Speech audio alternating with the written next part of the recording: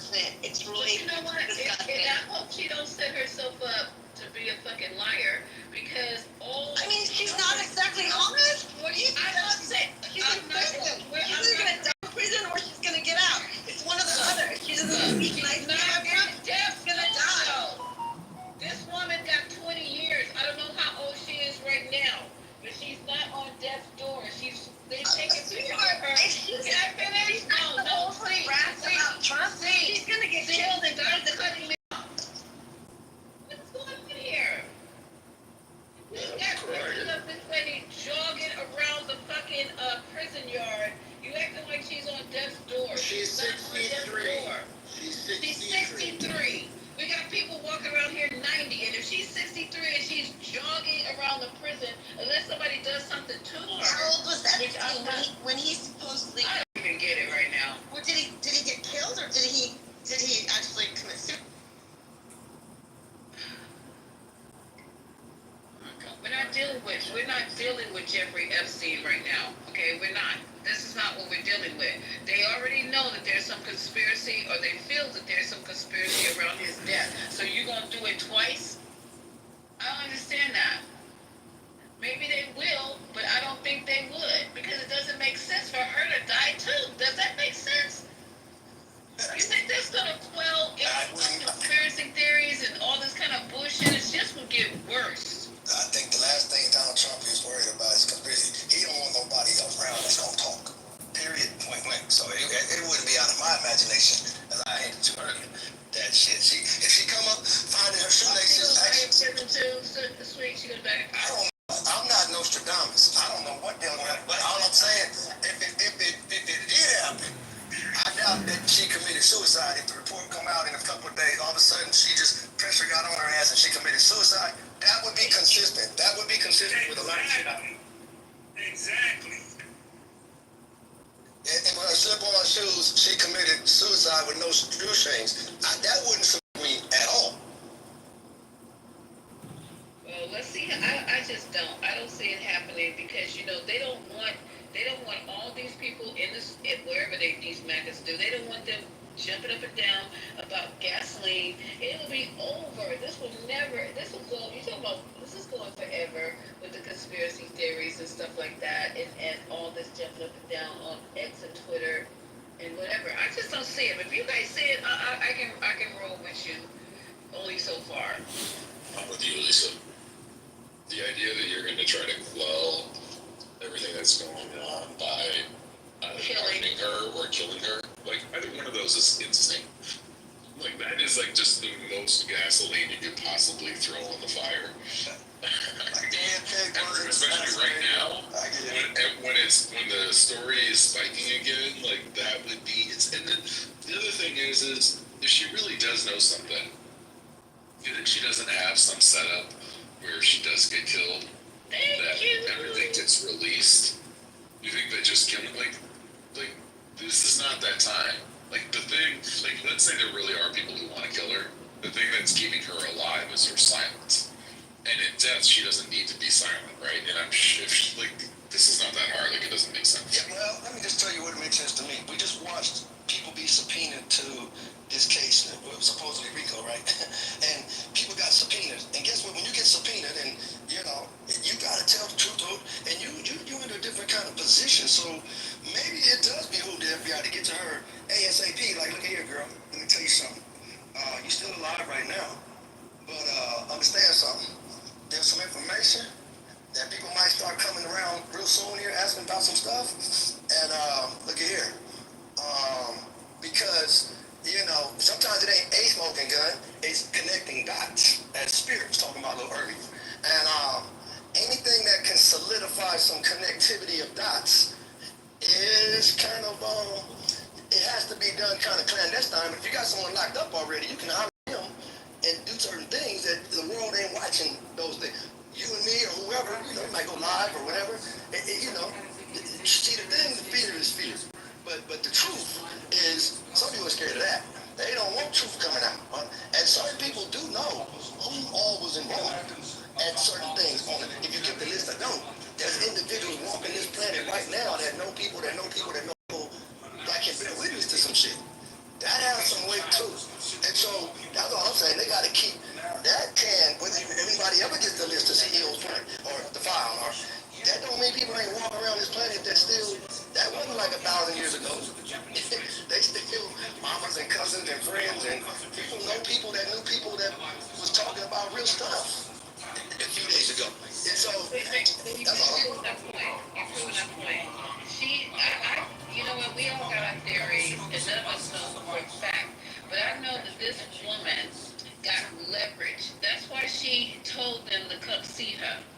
That's why she told them she ain't gonna be talking about nothing but what happened on these islands, in these mansions, nothing. Okay, that's all they want to hear anyway. And then too, whatever thing she did before she got caught, when she left, when she knew she was on the run for quite a while, she gave that information to somebody else. She always had records.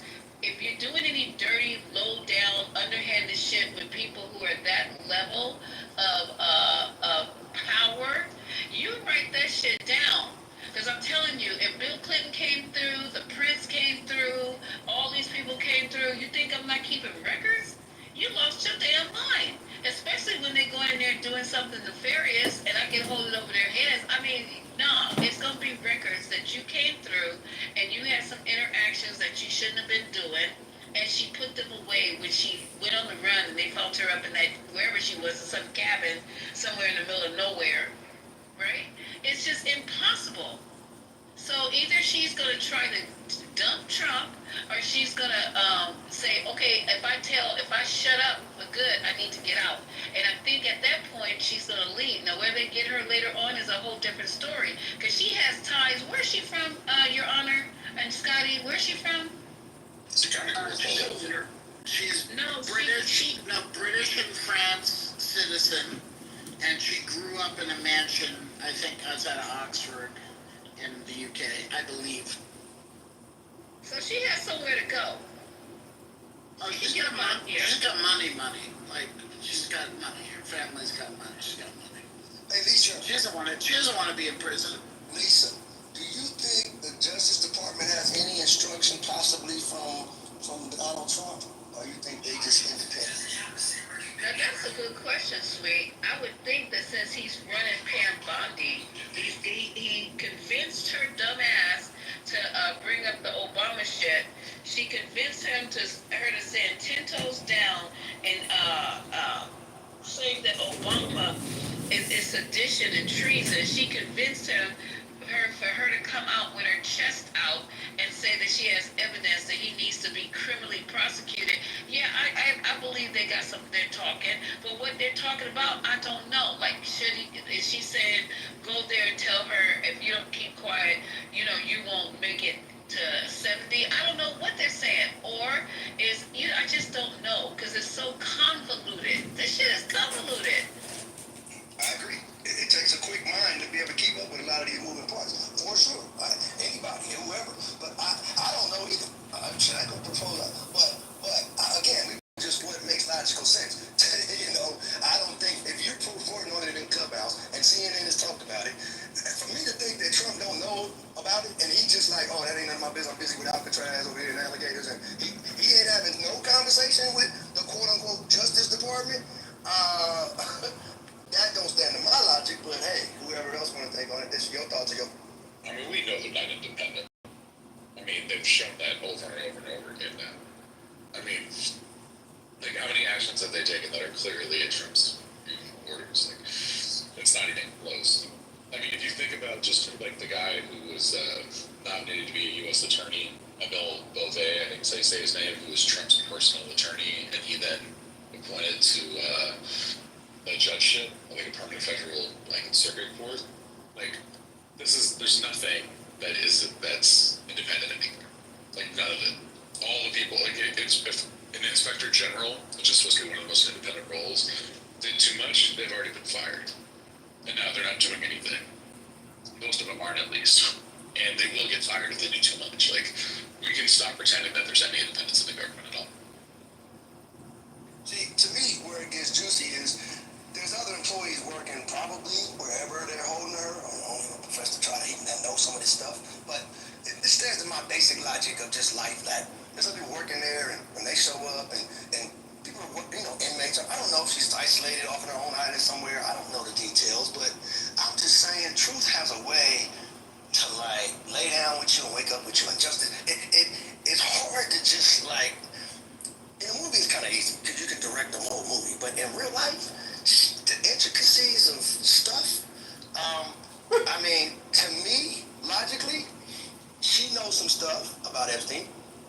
know some stuff about MC. The world watching them all have a conversation in real time today in front of judges, that would reveal a lot of data that I just believe powers that be don't want coming out on high notes. So that's all I'm saying. So hey, I wouldn't put it past nobody to do anything at any given time.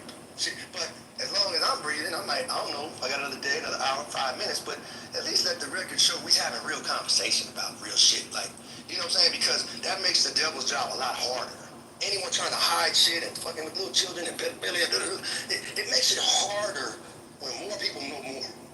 You know, there's an element in the dark, back alley, in the room, in the closed room, in the office, you know, but when the lights get on, people operate different. It's like roaches, they scatter. When you turn the lights on, everybody scatters for the dark. But, hey, a lot of folks want the lights on right now on this earth, you know what I'm saying? Right. Sweet. And see, one thing that I understand how a lot of people don't know, right? Well, you saying that, right? Because you understand that just for all the money, right? Just the power of a man right now, if you just still gave me a bunch of power, right? And there was no checks and balances on my power, right? I would feel like untouchable. That showed Donald Trump today. So he got to eliminate anything, any threat, come up with anything, right, that's pertaining to him. No, we don't want that to come out at all. And for the person that said, oh, well, Donald Trump don't care what the hell, no. Man, they brief that man on everything when he don't want to be briefed, okay? So let's not say that. Oh, yeah, he wondering, he want to know if she's on his side or their side. It's just that simple. Exactly. And if she ain't on his side, or even if she, whatever she say, I think he has the type to say, this is the side you're going to be on from now on. And buck me if you want to. This is the side you're going to be on.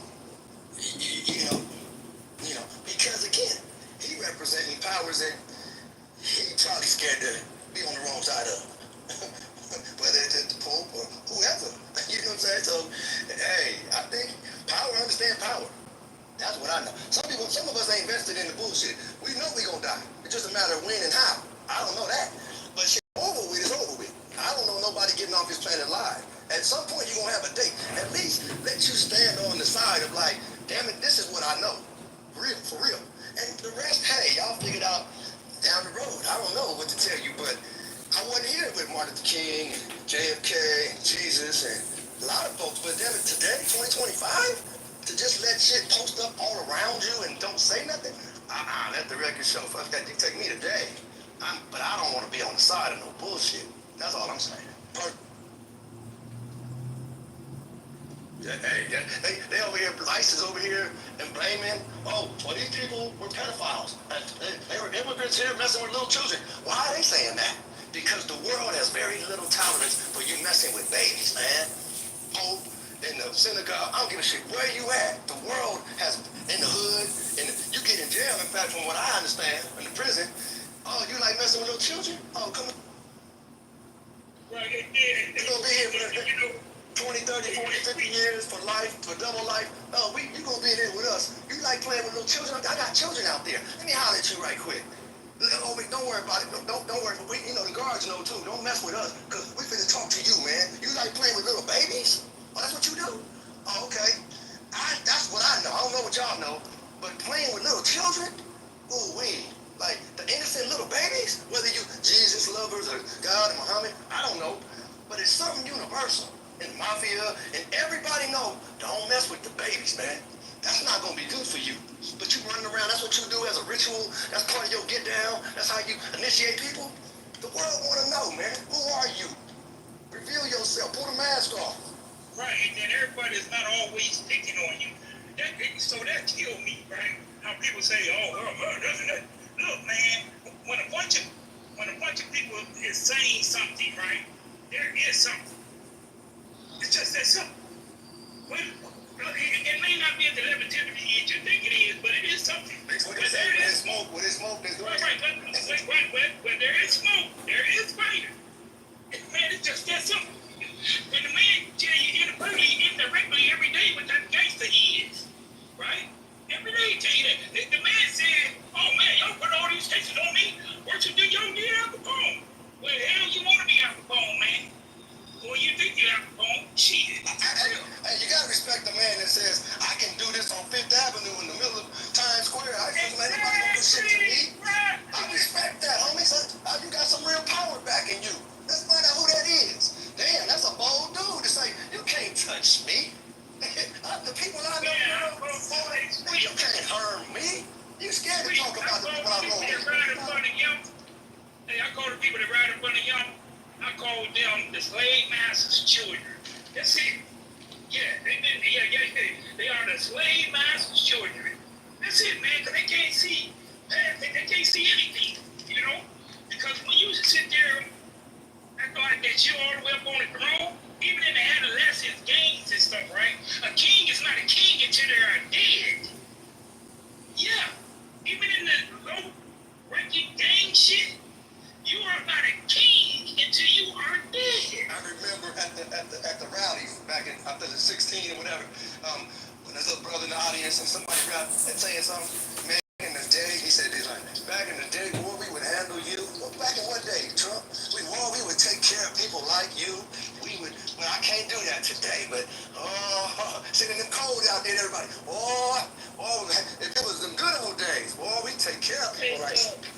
Let me play this clip to get us so far down the road here. Let me play this clip so we can get back on it because I don't know what's going to look like I said, but we're getting ready to find out. This is when he was sitting in the Oval Office with the president of the Philippines. So I have no idea what he said about Obama or whatever, but we're going to go and suss it out real quick. So let me get my speaker together. Thank you everybody for joining the room today. We're talking about, if you just came in here, we're talking about the connection between what's going on with Jocelyn. It's so big. Don't think it's a nothing burger. They shut down Washington, D.C. and sent everybody home not to talk about this woman and her connection with Trump. Not for them to stop talking about this woman and her connection with Trump. But they will be going to see her while everybody's on vacation. I guess Pam Bundy's gonna get her ass up there and try to make sure she don't say nothing that's gonna implicate Trump, or Jesseline's gonna tell her, you can go to hell, I'm gonna spill my guts, and y'all better work something out and send me back over across the water. So let's see what it says.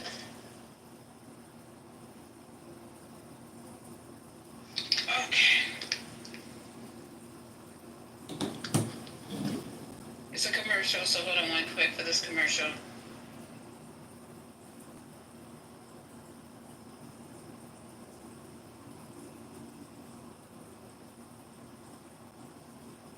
Triple down on it. So, Iraq.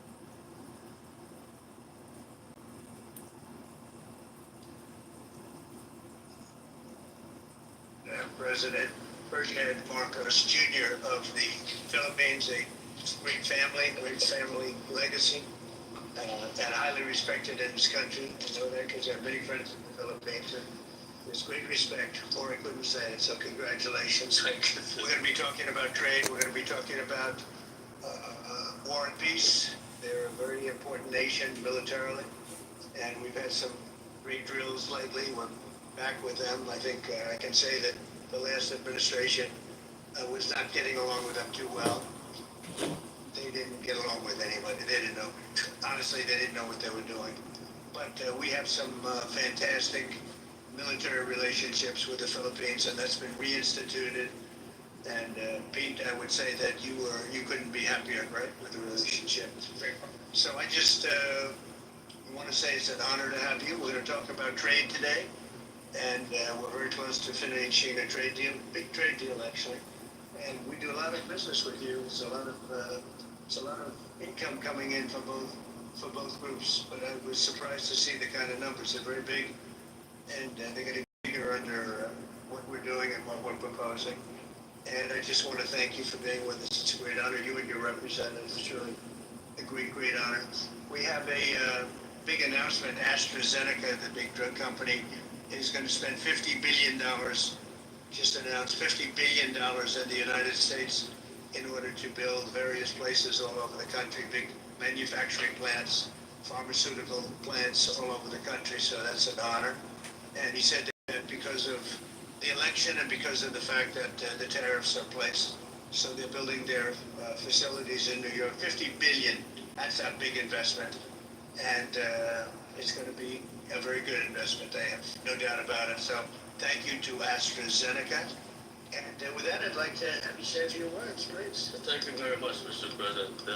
Of course, we're all very happy to be here to once again reaffirm the very strong tie I'm gonna fast forward.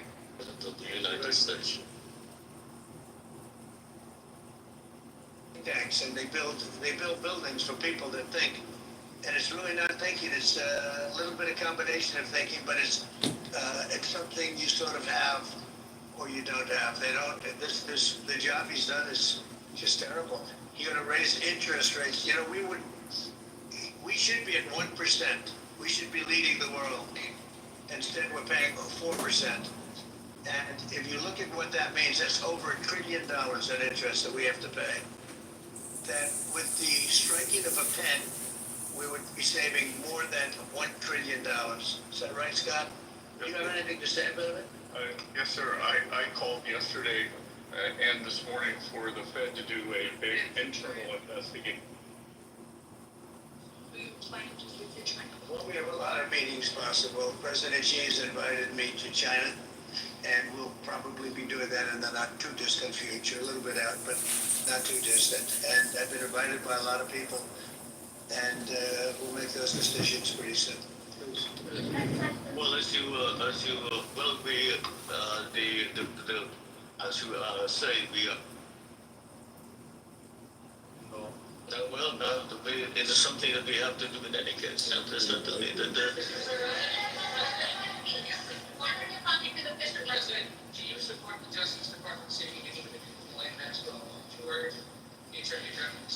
I don't know anything about it. They're going to what? Meet her? There's your Deputy Attorney General reached out to Ghislaine Maxwell's attorney, asking for the interview. Yeah, I don't know about it, but I think it's something that sounds appropriate to do. Yeah. Do you think it's attorney your Deputy Attorney Maybe they don't like you because you're hypocrite rude, so Senator Menendez, why would anyone like you? No, I have no concern. I mean, he's a very talented person. He's very smart.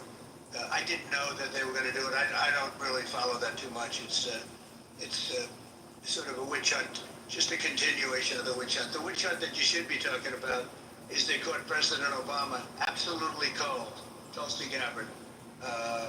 What they did to this country in 2016, starting in 2016, but going up to 2020 of the election, they tried to rig the election, and they got caught. And there should be very severe consequences for that. You know, when we caught Hillary Clinton, I said, you know what? Let's not go too far here. It's the ex-wife of a president, and I thought it was sort of terrible. And I let her off the hook, and I'm very happy I did. But it's time to start, after what they did to me, and whether it's right or wrong, it's time to go after people. Obama's been caught directly. Some people say, oh, you know, a group. It's not a group. It's Obama. His orders are on the paper. The papers are signed. The papers came right out of their office. They sent everything to be highly classified. Well, the highly classified's been released. And what they did in 2016 and in 2020 is very criminal. It's criminal at the highest level. So that's really the things you should be talking about. Nothing about the other, but I think it's appropriate that they do go. About that, Mr. President, Tulsi Gabbard has submitted a criminal referral to the Department of Justice. From your perspective, who should the DOJ target as part of their investigation? What specific figures in the Obama administration? Well, based on what I read, and I read pretty much what you read, it would be President Obama. He started it. And Biden was there with him. and Comey was there, and Clapper. The whole group was there. Brennan, they were all there in a room right here. This was the room. This is much more beautiful than it was then, but that's okay. I have nice pictures up. They came out of the vaults. They were in there for 100 years. This is much more beautiful. We have the Declaration of Independence now in the room, which wasn't here. I guess people didn't feel too good about putting it here, but I do. But you know what? If you look at those papers, they have them stone cold, and it was President Obama. It wasn't lots of people all over the place. It was them too. But the leader of the gang was President Obama, Barack Hussein Obama. Have you heard of him? And except for the fact that he gets shielded by the press his entire life, that's the one they look. He's guilty. It's not a question. You know, I like to say, let's give it time. It's there. He's guilty. This was treason. This was every word you could think of. They tried to steal the election. They tried to obfuscate the election. They did things that nobody's ever even imagined, even in other countries. You've seen some pretty rough countries. This man has seen some pretty rough countries, but you've never seen anything like it. And we have all of the documents. And from what Tulsi told me, she's got thousands of additional documents coming. So President Obama, it was his concept, his idea, but he also got it from crooked Hillary Clinton. Crooked is a $3 bill. Hillary Clinton and her group, the Democrats, spent $12 million to Christopher Steele to write up a report that was a total fake report. Took 2 years to figure that out, but it came out that it was a total fake report. It was made up fiction. And they used that. Now, the one thing they weren't able to do was to, and probably the only thing I respect about the press in years is the press refused to write it before the election. They refused to put it in. The Steele report was a disaster. All lies, all fabrication, all admitted, and admitted fraud. She paid $12 million and the Democrats for that report to a wise guy named Chris reported before the election. And I'll tell you what, I talk about all the time, the fake news, how bad it is. But in this case, they wouldn't do it. They saw it, they read it, and they said, we don't believe it. And it was only after, substantially, like a month and a half after the election, that it got printed, and it was a big wisp. It was just like a bang of nothing, because the election had ended. If that report had gotten published by the New York Times or somebody, and I respect the Times for maybe only this, because they're crooked as you can be. They're a terrible paper, a crooked, corrupt paper. But for this one moment, they said, this is bullshit, we can't put this in. And neither could any. Wall Street Journal's a lousy paper, very, very dishonest paper. As you see, I'm suing them for a lot of money because they disagrees with it's a really, it's got a nice name, but it's really, in my opinion, it's a terrible paper, and it can be corrupt. But just so you know, they didn't take the Steele report. It was the dossier. Remember the famous dossier? I call it the fake news dossier. The news wouldn't publish it. And I'm amazed. They had 2.5 months. It was finished. 2.5 months. That was supposed to be what was going to happen. And it got published a couple of months after the election. And frankly, nobody cared too much about it. But that was a big thing. No, we caught Hillary Clinton. We caught Barack Hussein Obama. They're the ones. And then you have many, many people under them. Susan Rice. They're all there. The names are all there. And I guess they figured they're going to put this in classified information and nobody will ever see it again, but it doesn't work that way. And it's the most unbelievable thing I think I've ever read. So you want to take a look at that and stop talking about nonsense, because this is big stuff. Never has a thing like this happened in the history of our country. And by the way, it morphed into the 2020 race. And the 2020 race was rigged, and it was a rigged election.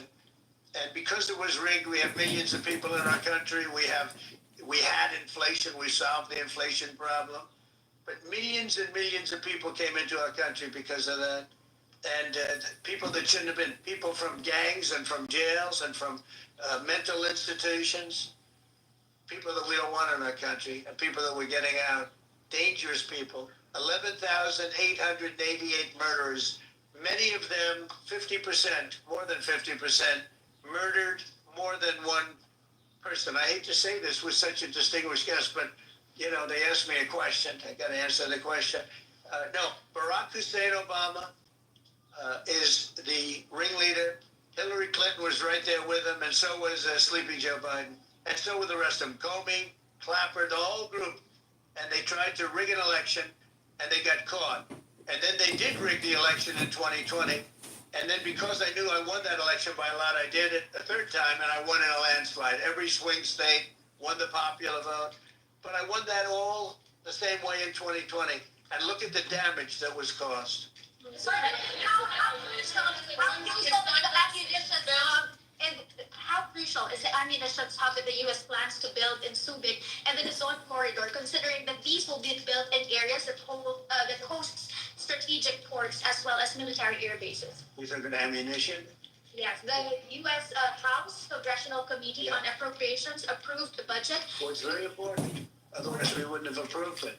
Sorry? Yeah, it's very important. Otherwise, we wouldn't. We need ammunition. We're going to end up in a few months, we'll have more ammunition than any country has ever had.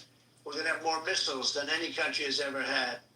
We're going to have all the speedy missiles. We'll have the speedy ones, the slow ones, the accurate ones, the ones that are slightly less accurate. We have everything. But we will have more ammunition than any country has ever had. It's very important to me. This guy. Go ahead, please, Brad. Sir, when you say that you're close to making a trade deal, what gaps remain?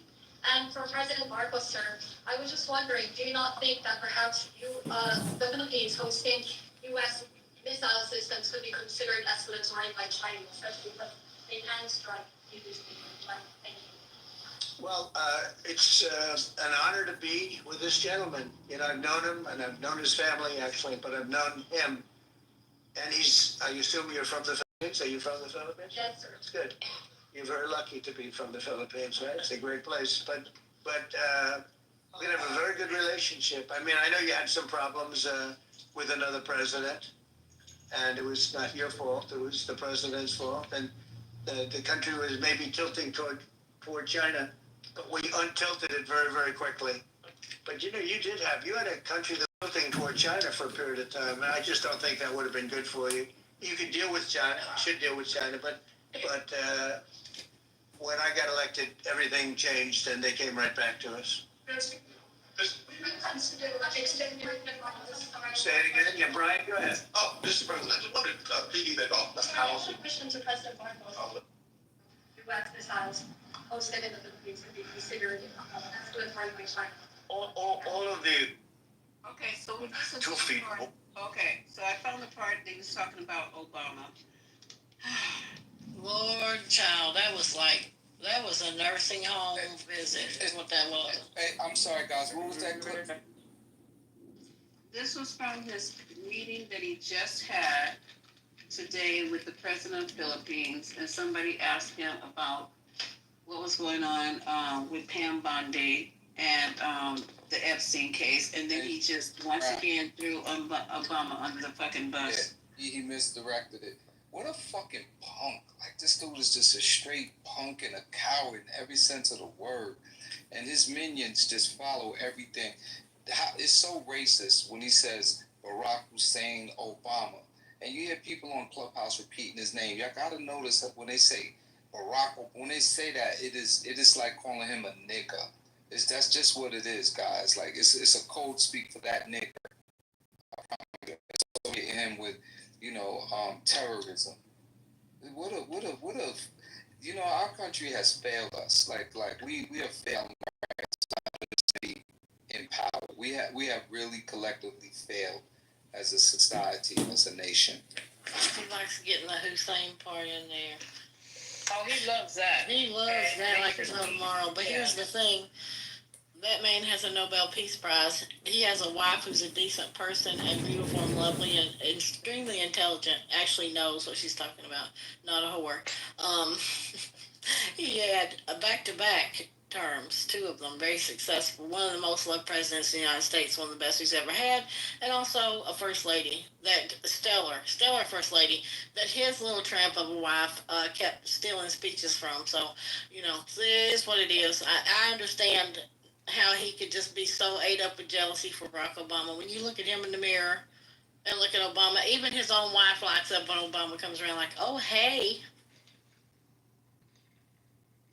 Yeah, this you guys here and Lord, there TC came in here and said, and I think that I don't know who agreed with him, said April that they think that Ghislaine is going to be offered a pardon when they go down and see her. I wouldn't doubt it. That. I wouldn't doubt it. Trump is desperate. He's a cornered rat. You know, when you corner something, he gets vicious. And he's on a tear. He stays on this tour of being so attacked and what they did to me. He just is, listen, Lisa, he would probably do anything at this point to throw everything off on the Democrats and any of the Democrats' leaders. I wouldn't be surprised if they came out with papers and nobody was on the, he wasn't on the list, everybody else on the list. And you're probably going to say at some point in his pocket, Elon's on the list, fucking JD's on the list. This man throws everybody under the bus, so they can laugh while it's Obama, right? They can laugh and he and like he's crazy. Let him stay in the presidency. But when he starts throwing the wrong people under the bus, then what's going to happen? And Pam Bondi will do whatever he wants. So it's what it is at this point. I don't know how successful he'll be in this distraction and redirection he's trying to do. He's promising these people files right and left on everybody except for Epstein. He ain't talking about it now. He ain't talking about it now except to say, y'all are stupid. Quit talking about it. That's what it is. It's a distraction. He's cornered bad right now. So, April, there are a lot of things I question about, the things that you say sometimes, but I got to give it to you this time. You said that interview was a nursing home visit. You said that it was a nursing home visit. I fell out on the ground and I had to put my knee brace on because that was hilarious. That was hilarious. True. So, if you've ever been in a nursing home and you see, now listen, I had to go draw blood on these people and they sit there in front of the TV, all of them with their oatmeal. Bless their hearts, this is not to throw off on people, but when you have people in memory care, this is what happens. They start on a tangent and then they over here talking to each other and nobody know what's going on. But people who work with them, we hear the same story every day. That's Trump, every day.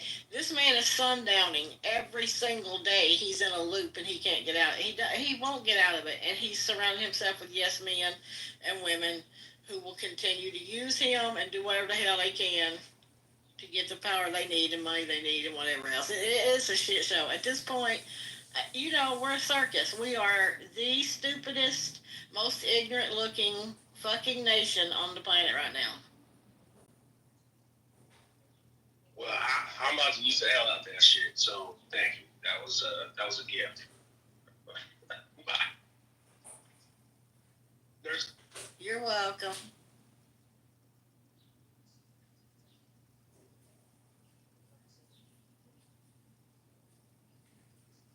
He kept talking about the worst thing that ever been done and blah blah blah.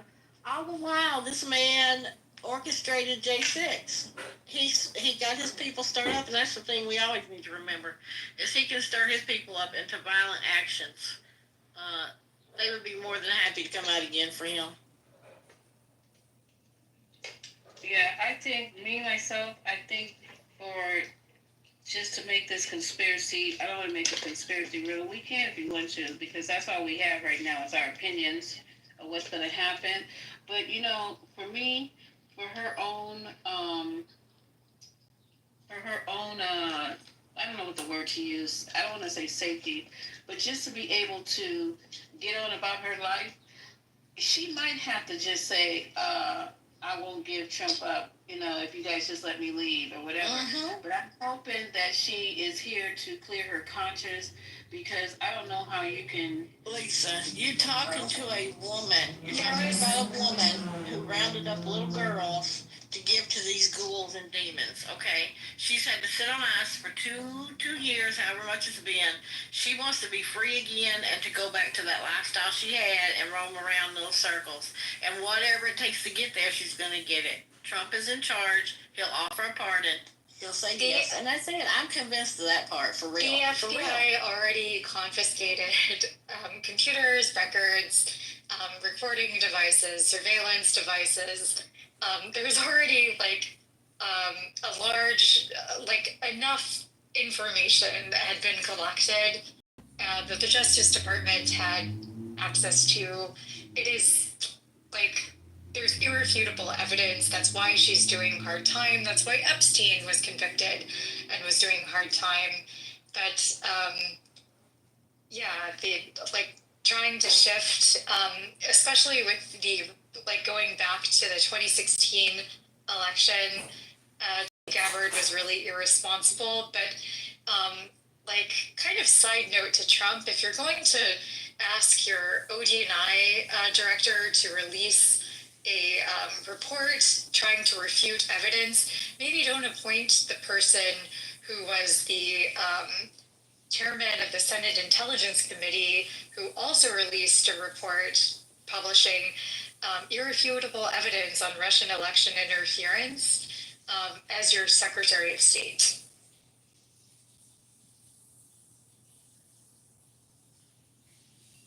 Tulsi did say on Joe Rogan in 2016 that there was Russian interference in the election. Yeah, there was irrefutable evidence, and it was already documented heavily. It was published.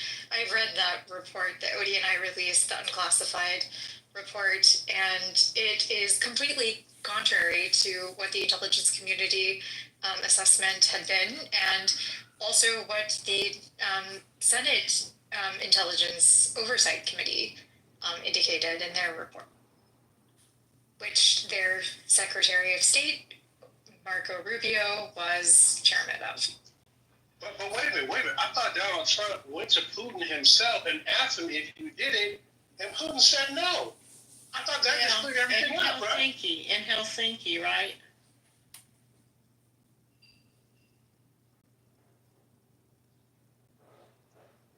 Yeah, let's ask a former KGB officer not to lie.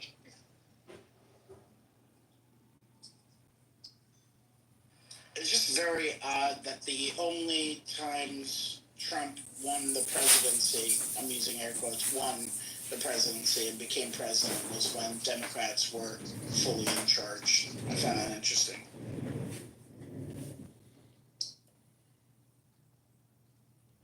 Oh my God, this is really starting to give me a stress here because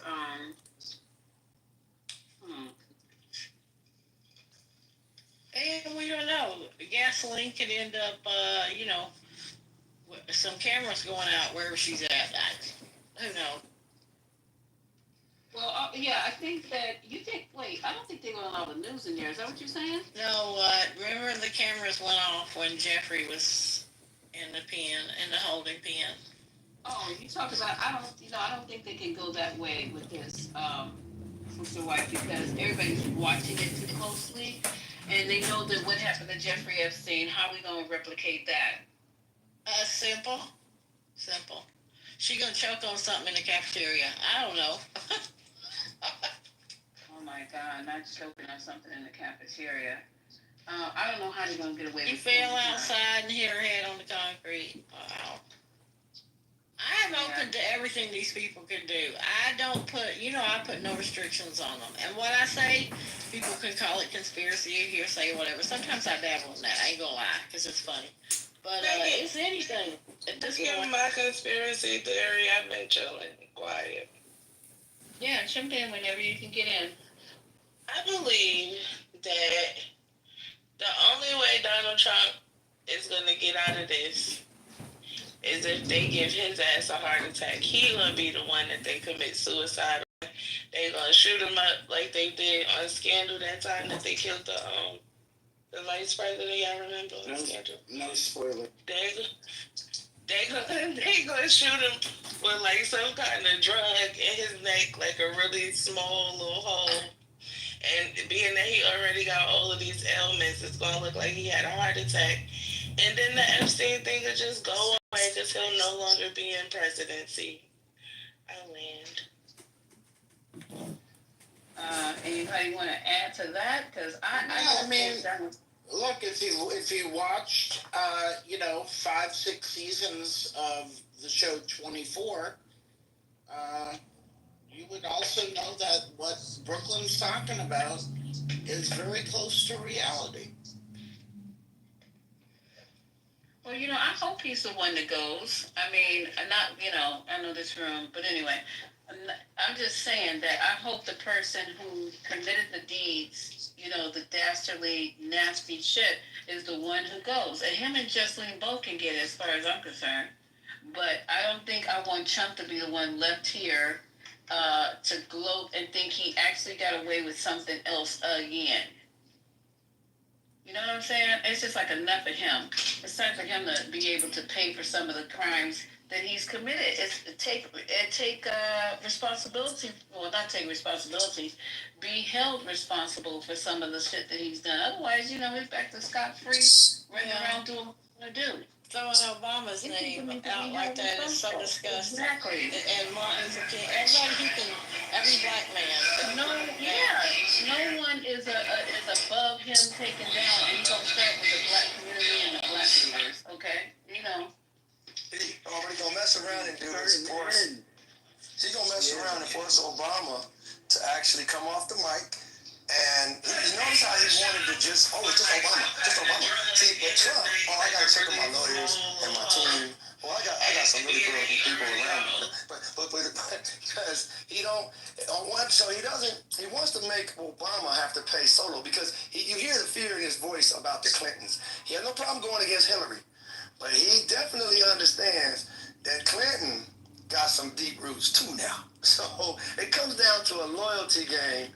And this is what's funny, history will say about watching him. You're in the swamp talking about draining the swamp.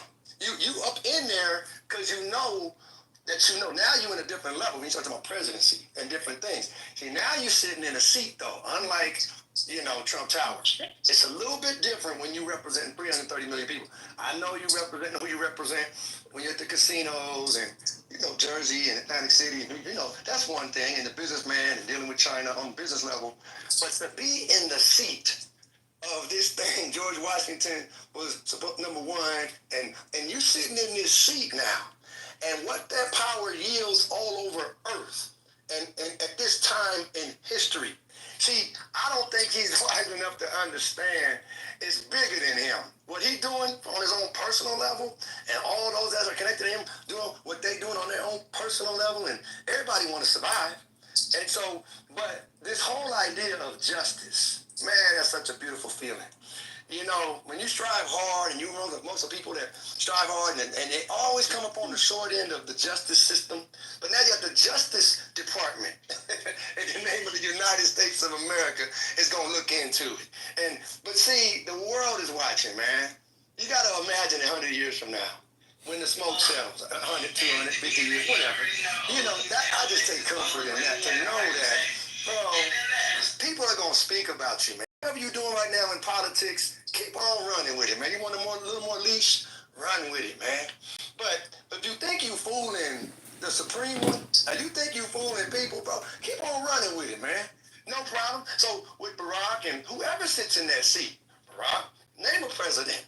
You sitting up on some real stuff. So you're watching a man that has no problem throwing people under the bus. You watching this, and he been knowing this. But when he saw Barack, this black man, president of the United States, that spurred him up. Tea Party, that drove something into the core of certain people across this country. Yesterday we was in a room there talking about white genocide.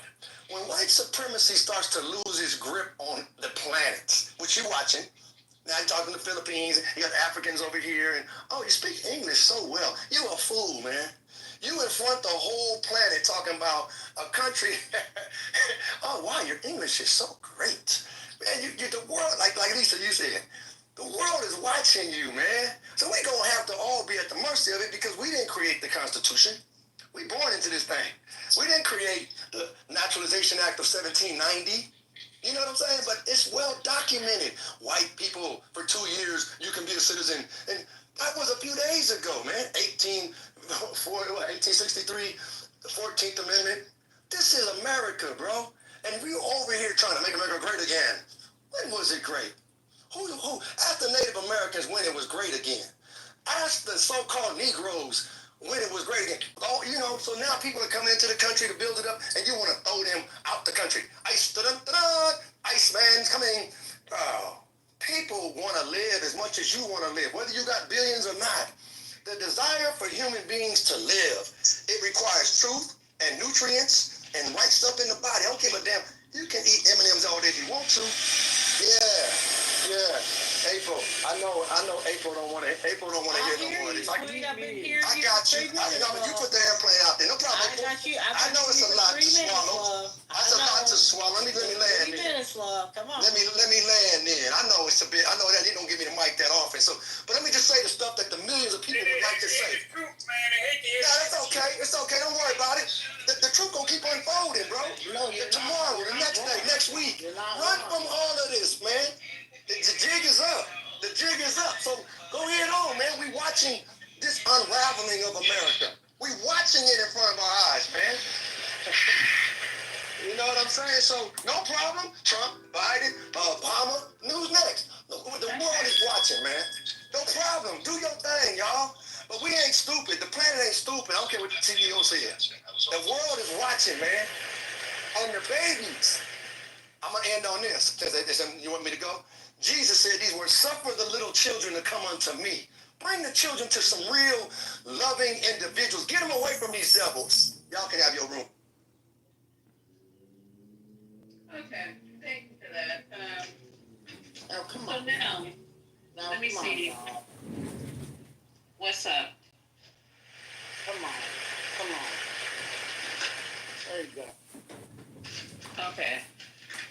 So now let's see if we can turn this back around and connect this to what's going on with Obama and MLK. Let me see if I can find anything else that's come up more disparaging. But you know, the rooms on Clubhouse are being held by who Sweet's talking about. This is your own people throwing MLK under the bus, helping to throw him under the bus here on Clubhouse. So don't get it confused.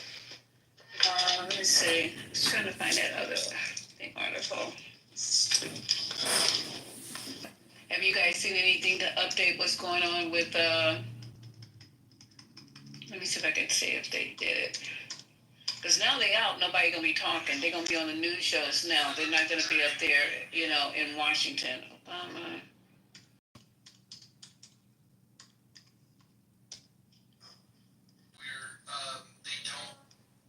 All right, so what we just heard a few minutes ago, now they picked up it.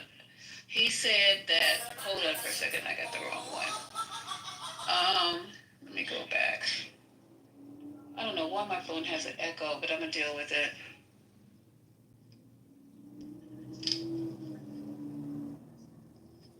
Okay, so now he's saying that Obama was the ringleader. Let's go back and look at this here. Oh, God damn.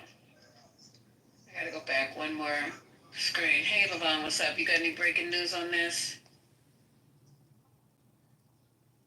Very on the fringe type of thing, where you then get kind of pushed. That's a video. I don't want to play any more videos. Wait, is Donald Trump's wife? Levon was on the stage. Y'all see Levon raise her hand. Did y'all bring her up? I give myself a little treat by wearing jeans into the office the following day. The partner stops me. I don't see any raised hands. Where's she at? I don't know. Searching for her. And then I'm looking through the crowd. oh, maybe she went back out, but I saw her hand. Maybe I Hold on. See her. Okay, let me see. Oh, there's a raised hand. That's the Is Donald Trump's wife the first lady that did a full spread model? What do you mean by full spread? Wait a minute. What do you mean by full spread model? She was a model. She got Playboy hustler. Oh, you talking about nudes? You talking about nudes? She figures Well, research she on was our the first Russian lady. TV. She was the first lady trafficked by Jeffrey Epstein. Is that what you mean? Oh, damn. That's know. layers right there. Yes. Yeah. That's true. Scotty plus. She was the first lady who was trafficked. Ooh. It's spirit. It's not Scotty Ray. He's transformed now. He is spirit. I'm used to calling Spirit Scotty, so sometimes I mess up, but he Oh, understands. that's all right. That's all right. That's a good one. Hey, Lisa. Okay, so What's up? Hey, girlfriend, we've been up. I don't know why we up 8 o'clock this morning or beyond, talking about this whole thing. Well, you know, they offered Jesseline. They actually subpoenaed her. Remember, she was talking about we talked about this yesterday. We're just trying to refresh the people who are just getting into it. But yesterday, Jesseline was asking to come before the House that I can recall. She asked, and then they kind of like ignored her, kind of like silenced her, and didn't say too much about it. Then next thing I know it, they're saying that they were going down to speak with her. They agreed to do it. Then 14 minutes after that, they issued a subpoena. Did you hear about this? I haven't heard the subpoena, but listen, this administration is acting like a banana republic. You got what's his name, Mike Johnson. It's crazy. He is putting Congress in what do you call it?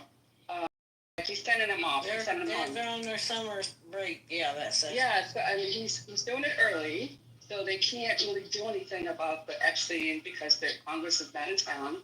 And then the really big thing is this Todd Blanche. I think this is his name. I'm doing my steps now. The assistant to Pam Bondi. I believe he was Trump's personal attorney. This is highly, highly unethical. Highly unethical and a conflict of interest. And Trump's sitting there lying, but he has no idea what's going on. Yes, sucker, you know what's going on. You already told them what to do. This is very suspicious. I wouldn't be surprised if later on they damn pardon this damn lady, okay? Because now all of a sudden you're going to go talk to... Can you say that again? If they did what to her? That they pardoned her at some point. I mean, she got nothing to lose. She wants her freedom.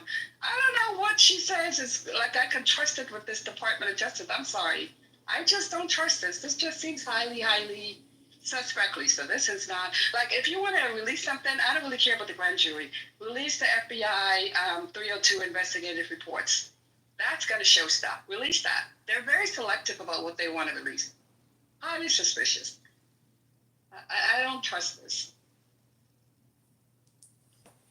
I don't trust like that. Kind of shit right now. I don't trust like that.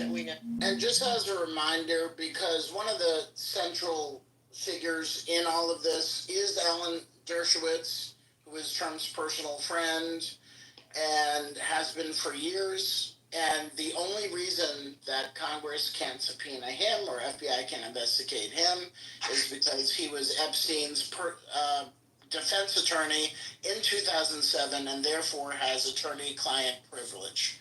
And even though Dershowitz has been on the list and the flight logs as many times as probably anybody else, they can't talk to him because of attorney-client privilege. There you go.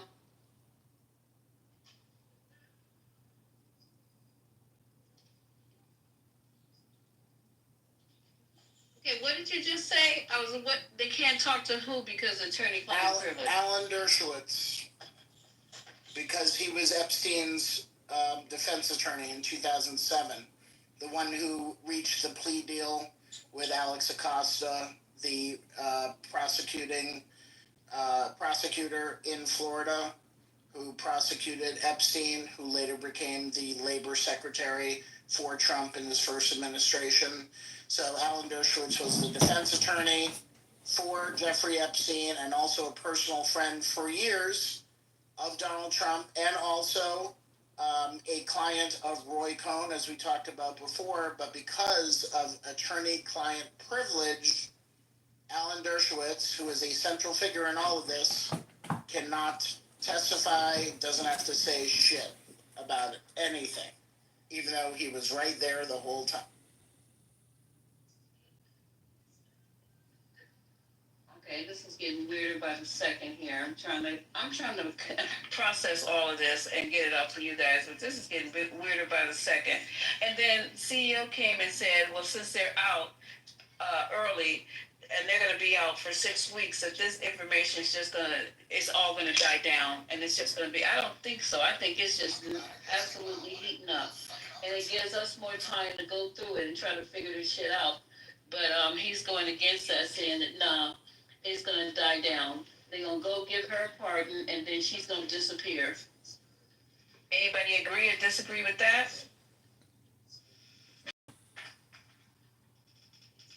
Well, they'll do anything because it's a distraction. Anything that they throw out there is going to be a distraction on this whole thing. But I don't think she's going to get you guys think she's going to get a pardon and then disappear? Oh, you're talking about Gasolina? Yeah, Gasolina. Yeah, I mean, sure, it's why not? But whatever she's gonna say, the only way that she can get a pardon is if she says the exact thing that the Trump administration wants her to say, which would be to not implicate Trump in any way, and maybe even, who knows, make up some other shit so that she can get a pardon. That's my concern. Now, the pardon may not happen right away because of optics. You know, they may say, hey, we're going to pardon you on the way out, when I'm on the way out. And we'll even tell J.D. Vance to pardon you if I'm not around, whatever it is. Like, she's going to be guaranteed something in exchange for her being able to spill the beans, even if it is a lie. And at worst for her, you know, if she decides to comply, the next few years, she'll be living at the Ritz-Carlton, but in federal prison. Until she That's my concern. That's exactly my concern, Scotty. That she speaks, but she speaks where it is advantageous for Trump and doesn't implicate them as well as a quid pro quo deal. Yeah, that's my problem with this whole situation. That, you know, she will. But I don't know. In my gut, I don't think so. But there's another wait and see, but I don't think so. I think that basically she knows she got screwed, and that's the reason why she came out. Why did she just start talking all of a sudden? She just came out of nowhere and just started saying, well, I guess when Trump started getting in trouble and the list started being the list, that's when she started talking, though. She'd been in there long enough. She could have said something when she first got there, like, hey, I need to get up out of here. I need a deal. But she did not. She sat there. She has an appeal. She has a current appeal. She's appealed. Because remember now, the agreement, the MTA that Epstein got covered 4 co-conspirators that they were not to be charged or swept up in that. They didn't name them. It was just 4 co-conspirators within his deal, which is sort of very unusual. And technically, I think this is not part of her deal. Technically, she is indicted as a co-conspirator. So I guess in her mind, in her attorney's mind, she should not be charged because she should roll up under his original deal. But she has a pending appeal. Okay, so the plot is thickened up here. Let me see if I can find something else on here. Oh, God, this is way too much. We've been talking about this for like freaking hours. Listen, if they could push a couple buttons and sign the signature and release the MLK files that nobody wanted, nobody asked for, why don't we have these documents on this case? Right. We're just talking about going to jail. Like, come on now, just release the papers. Let's see. We release all the FBI investigatory reports. Release all of you can redact the young lady's name, and if you have any pictures, cut up its identifying marks or what have you. But you can put some of that stuff out there. You got Martin Luther King's salacious shit up there, and you can't release. And now all of a sudden you want to squirrel and you got to go talk her in prison. Okay, that lawyer will be stupid if they did anything up without something in return. You don't ever give up anything to prosecute something. I'm gonna get something back. Why would you speak? I'm sorry. Can I wake something up for a second? I did not realize this. And thank you, Spirit. You you kind of sent me down a thought rabbit hole. Melania Trump, she should be all up in these files. She might have been trafficked, but at a certain point, she might have been a co-conspirator. She never interviewed. Do you see what I'm saying? Does that make sense? Yeah, I one today. Am I late on this? Am I late or what? Because she should be all up in this stuff. And she was never subpoenaed. She was never questioned. She was never interviewed. She has to be all up in there. All up in there. Before, during, and after. Okay, so what's going on? Okay, so what are you talking about in reference to Jeffrey Epstein? What do you mean? Exactly. In the Epstein files, Melania should be all in there. She should have had some, at least logged in for the flight logs, because there's pictures of her there with Trump. He introduced her. That's another flight log. What else was she there for? What else? Okay. You see what I'm saying? Yeah. How come we're not mentioning her at all as either a victim or as a co-conspirator? I'm not sure why we're going that far. I'm not sure why we're going that far. But... Well, that's the thing. You don't want to go that far until you see evidence. Let's just crack open the file and see if she's in there and where she's at. That's all I'm saying. Wake it up. I don't know. What do you guys think about that part? Yeah, they're not going that long. I mean, everything's on the table, right? So why not just start fucking freestyling this whole thing? If Epstein's wife was indicted and went to jail as a co-conspirator because she was involved, don't you think... They weren't married, babe. Yeah, they weren't married. Well, Epstein's girl, secretary, whatever you want to call it, the girl that got hemmed up too, right? And if, Trump was on his, a good friend, sometimes people have, couples that they are really close with, and both people do dirt. Look, Hillary and Bill, they both did dirt, right? And Hillary let Bill get away with some stuff, right? So, either turn a blind eye or cover some shit up. I wouldn't be surprised if Melania is dirty too. And to what extent? Wake it up. I don't know. Anybody want to jump in on that part? Because I'm not. Melania, why would she? We're talking about people who are being having sex with minors. I mean, what are you saying? Is she being a somebody who's curating minors? I'm not getting it. No. Yeah, I don't get this. Well, I don't know what it is, but she's connected and nobody's talking about it. She's connected in some form or fashion. He introduced her to Trump, right? Right. A connection, yeah. So she witnessed what Trump did to the girls.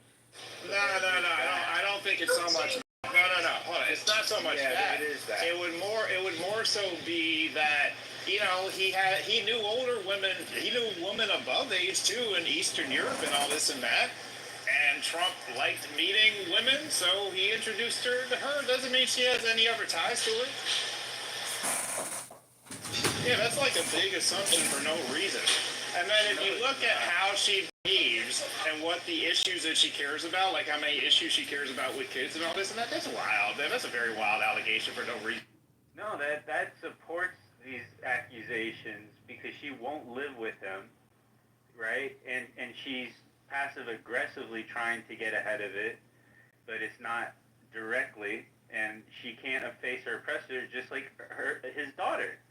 When she goes and visits her old bedroom, her face changes when she looks at her bed. It is very disturbing, and a lot of PTSD. How do you know that?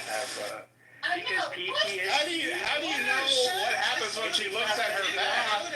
If you stop cutting me off, I'll explain that PTSD survivors have. But how do you know? How do you know? She looked at her bed. She toured her old bedroom, and it was on what? This was a documentary or something?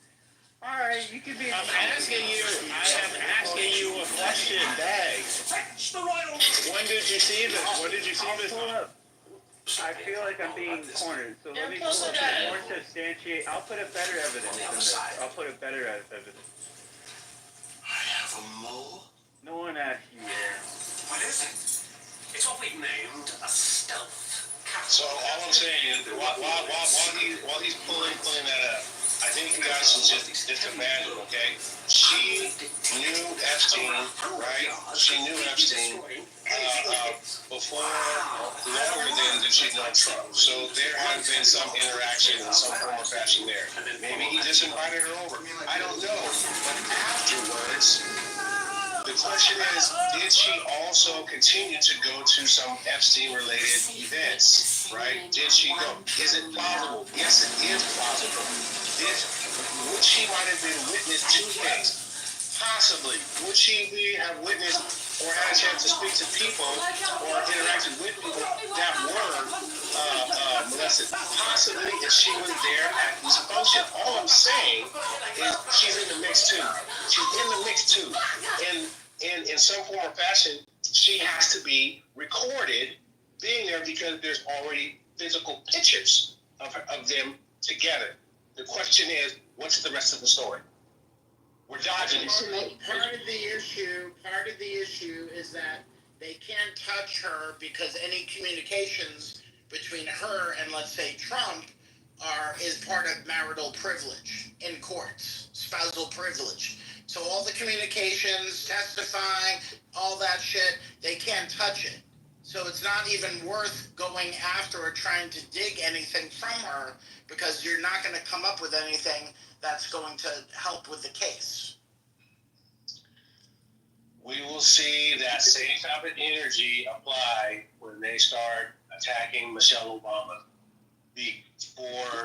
For whatever reason, it's going to look. There is no rules to this. You still have to ask the question: what was her involvement? Was she involved? Let her deny anything and everything. It needs to be addressed. She's in there. But it's a silly assumption because, like, if you think about it, she would be at the events with older women. It's not like they would mix the sort of two events together. That's why it's silly. You have to make it all one big thing together, as though he doesn't have clients that have different interests, and then he curates those experiences based on what their interest is. The thing is, we don't know. You are assuming certain things. What I'm saying is, we don't know. The only thing we do know is that she was in his orbit. I don't know what happens at that point, but we cannot turn it on, and we cannot pass this question. It needs to be interrogated. He's going to let that because it's a big, huge, logical jump. Not when you have 4,000 bank transfers from his account to Epstein's account. You have 4,000 lines of bank. Well, if you're trying to say he paid money for her, maybe. I'm not going to doubt that. Yeah, maybe Trump paid money for her. I don't know. Could have been. That's true. I'm not going to say that. I was arguing about the thing about Melania being involved with kids. I just don't believe that's true for us. No, okay, look, I'm not asking that question, okay? The question I'm asking, it will be very clear, is what was the extent of their relationship? And how far can we reach into that to uncover? Yeah, she was probably on the payroll. Yeah, she was probably on the payroll. Okay, I understand that. Okay. And he didn't say she was involved. He said, what does she know? Does she know anything? Exactly. I don't know if she knows anything at all. She might not know nothing at all. But the fact is there is interaction. There is documented pictures. There's interaction. So the question is, how far and how deep is this story? That's all I'm asking. Worth examining. I think so, because for some reason, we're willing to talk to a bunch of other people. We ain't willing to talk to her. It's gonna be, for some reason. Yeah, it's gonna be hard while they're still married. All right, go ahead. No, it's a waste, but who's going to examine it? The people that are in charge of the government right now? They're not going to do it. It's not worth it. It's stupid. It's a rabbit hole that is not going to yield them anything other than contempt for the side that is going after Donald Trump and trying to tie him with Epstein. I agree with Scotty, Dan, because it's a conflict of interest to them until they come forward. It makes no sense until they come forward. We're going to be kicking a dead horse kind of thing. Well, if they come after Obama and pull Michelle into some bullshit too, then everybody's fair game. Well, that is a good point. Why are you waiting for decency? What is it that could be done with Obama? If they I'm saying, what could be done? is enough. If the DOJ has to, swing on Trump, dingling, and drag Obama at all, everybody needs to be fair game. Because that shouldn't be okay.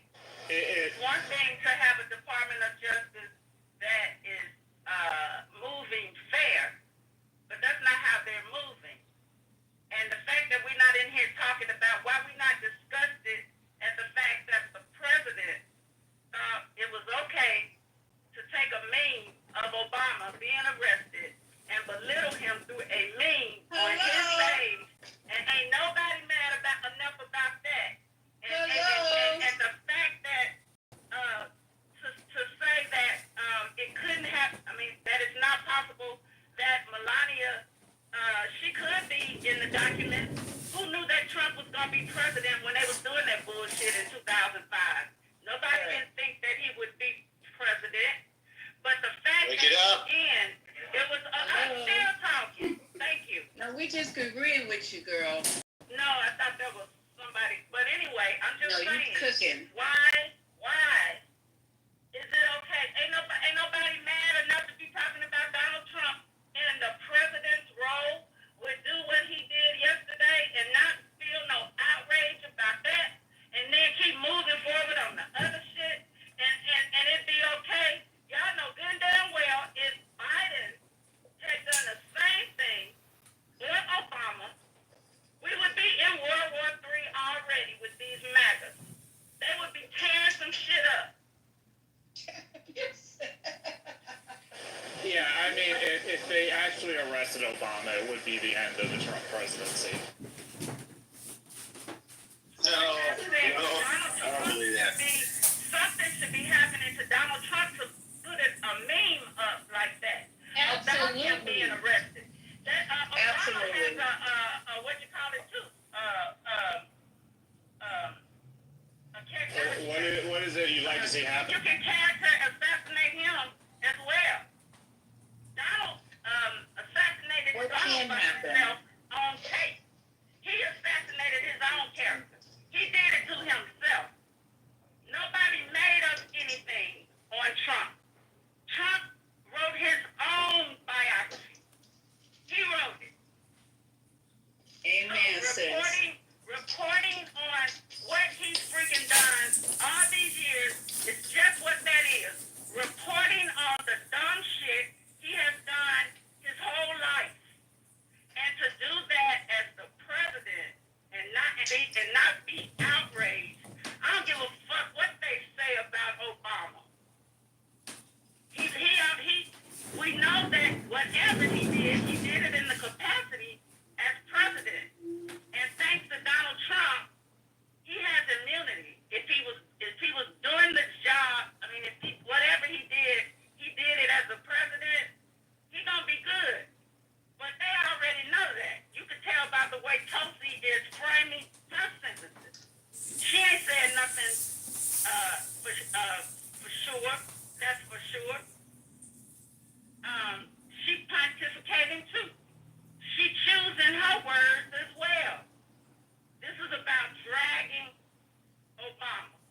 It's about misdirecting from Epstein. They found something that worked. The Obama thing is working for the misdirection. That's all that is. It's a. But they're threatening treason. They're threatening treason. That is his life. It's more than his legacy. That's his life. But that's more than legacy. There's no treason argument, though, man. I mean, come on. Everything he said, the only word they're using is treason. Let me go look. The only word they're using is treason. The only word. That's what the base is using. Yeah, because they like to feel. That is a threat on his life. That is a threat on his life. CEO, hello. That's not the base. That's Pam Bondi. She used those words. What are you talking about? Do I have to play it for you? She used the words, and then she released some shit. She said Obama is going to be charged with treason. She said that. She said that. She said it is treasonous. It is treason. My first time. Yeah, that's a big difference. That's a big difference. See the wording difference, Lisa? There's a big difference between saying he's being charged with treason versus that behavior is treasonous. That is language you use when you're just talking shit. Okay, so she said she is submitting the paperwork to the DJ, and she said it's criminal. So what's the criminal charge then?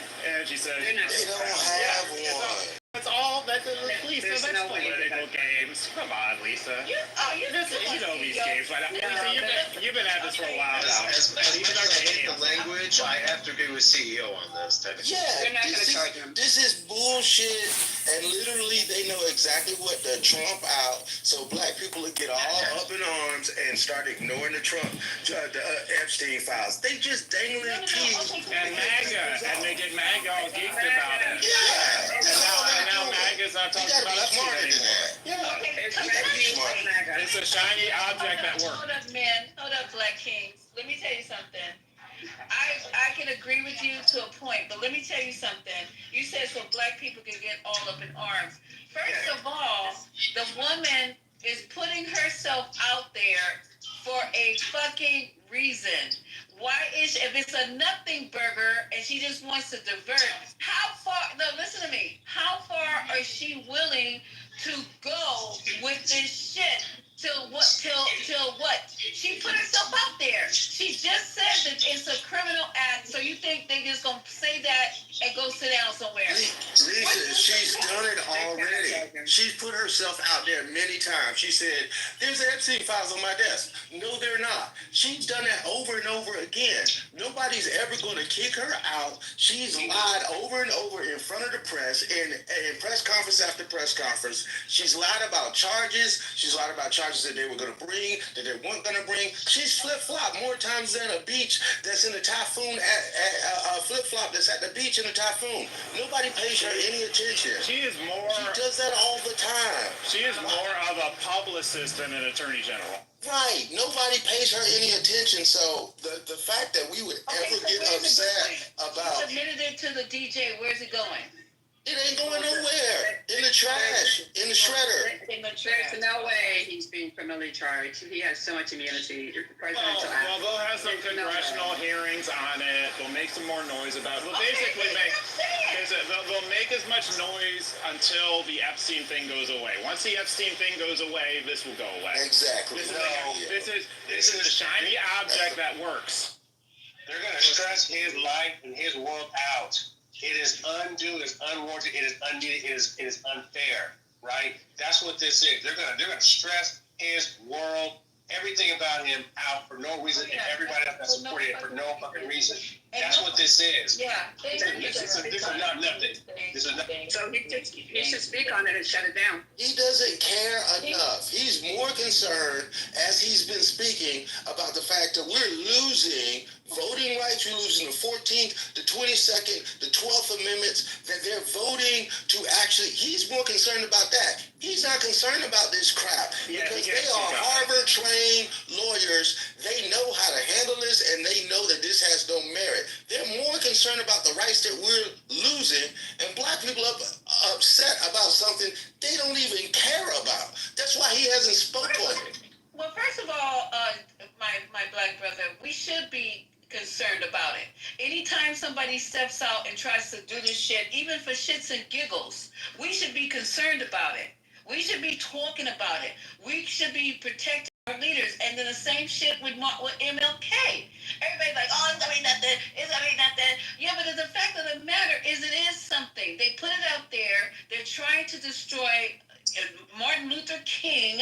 Just the mere fact that they threw it out there and they said that, oh, there's stuff about him and this with his personal life and the situations he had with orgies or whatever, women, whatever the case may be, white women, whatever the case may be. This stuff is strategic. And you guys are thinking they just throwing stuff out there and watching it slide off the wall. They want something else to stick. Lisa,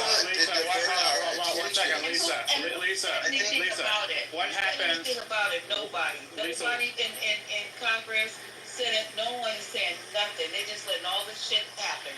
So what happens when a fish catches a bait, Lisa?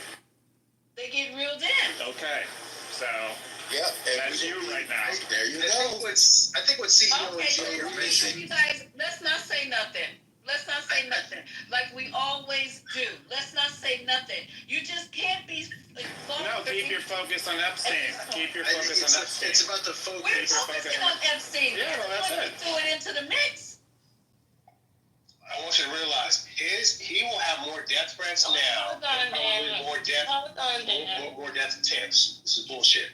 The thing is, they are focusing on Epstein, but the reason why they're bringing up the Obama thing and the MLK thing is because that's what Trump threw in as a distraction. So since Trump threw that in as a distraction to say, oh, Obama needs to be convicted of treason and MLK was not that good of a guy, then we could throw in all of the things that it's possible that him and his wife participated in. That's basically what they're saying.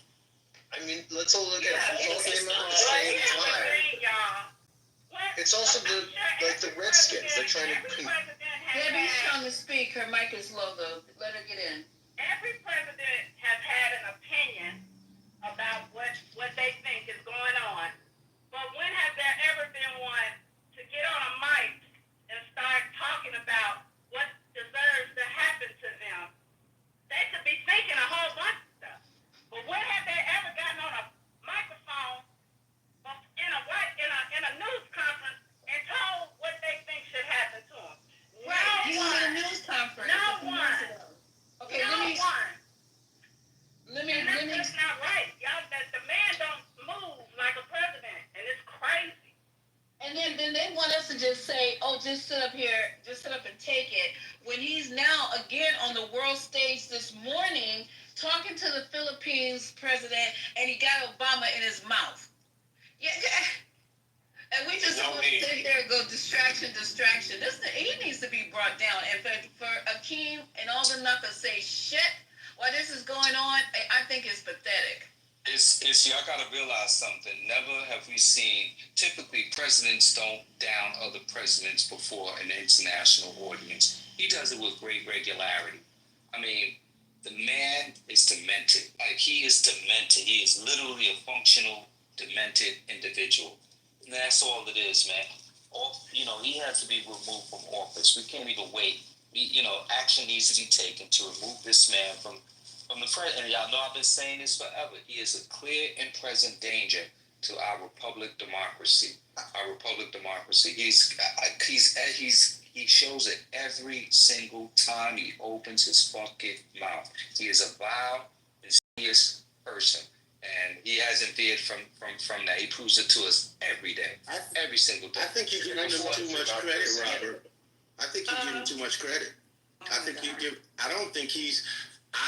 you're giving him too much credit. I think he is a scared little boy that is terrified that he's about to get caught red-handed. That's all. He's terrified, and the only thing he has is what he's been screaming for the last 2 decades.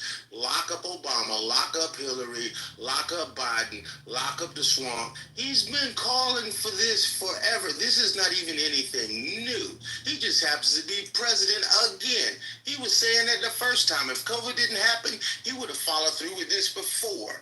He is playing the same play. It's not new.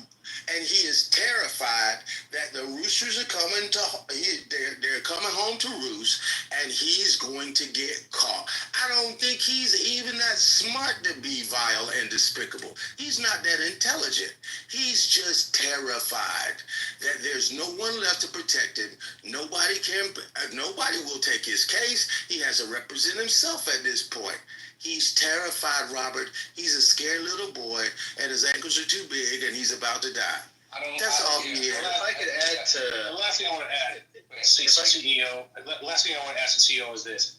What you're saying is very rational. Yes, his government apparatus, right, is just trying to deflect. Meanwhile, these MAGA people are going to attack him as well. And when I say this, that his life is now in danger, because while the Trumps are trying to get a distraction, these mega crazy people are fine trying to attempt his life as collateral damage. And the only thing the president's going to say is, man, that's just a sad thing. When he incited this shit in the first place, his life is now fucking in danger, CEO. I need you to realize that. Don't take this as a fucking nothing burger.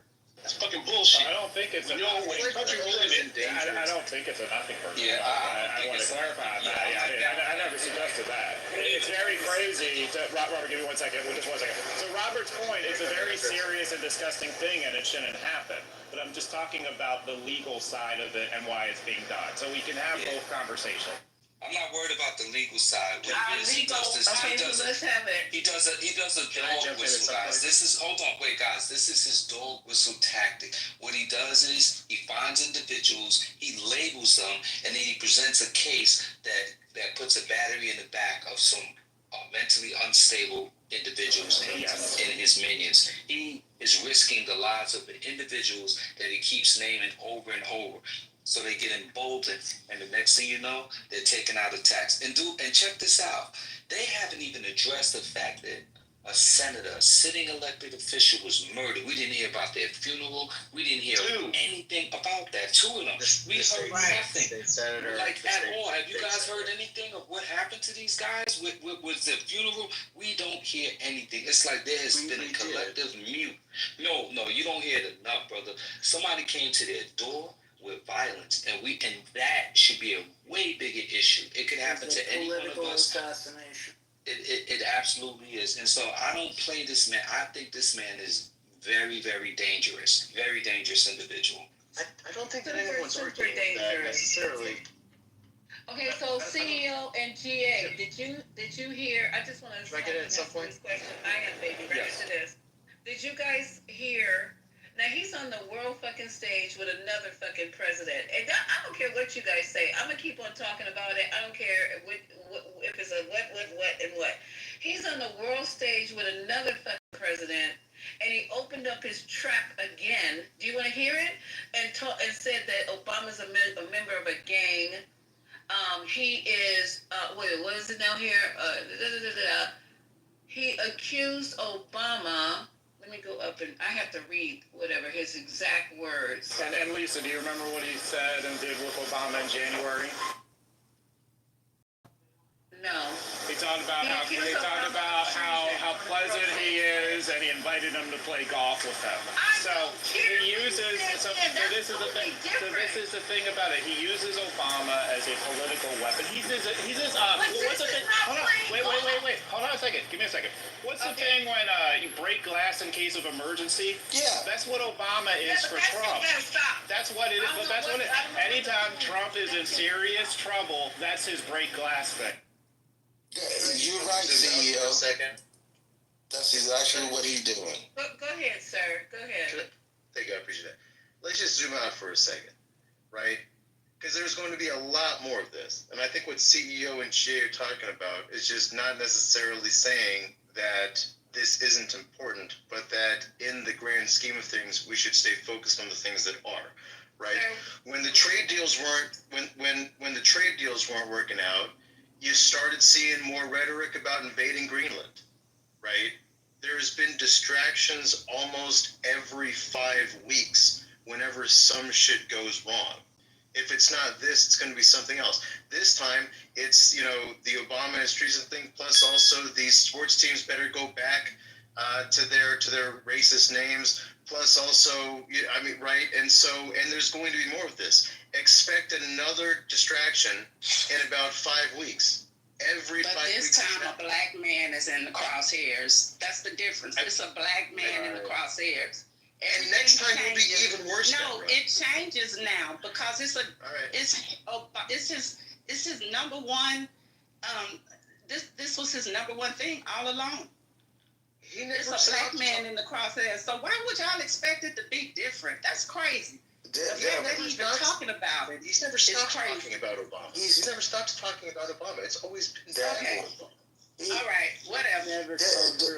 What you're coming right now, he's more desperate than ever. That's what I'm saying, Water. That's the point right there, is that right now he's more desperate than ever, and nobody's brought this up, but I honestly think the reason why he broke the glass and used the Obama trope, as he always does, as he's used for the last 20 years, is the fact that MAGA was coming after him. He had Marjorie Taylor Greene turned against him over not releasing the Epstein files. He had Republicans that have been in his camp over and over through all the crap that he's done that defended him, and now they're turning against him because he wouldn't release the Epstein files. He has to give them something that's a bigger piece of steak for him to get them back on his side. So guess what? The only thing bigger than Epstein is let's go convict Obama.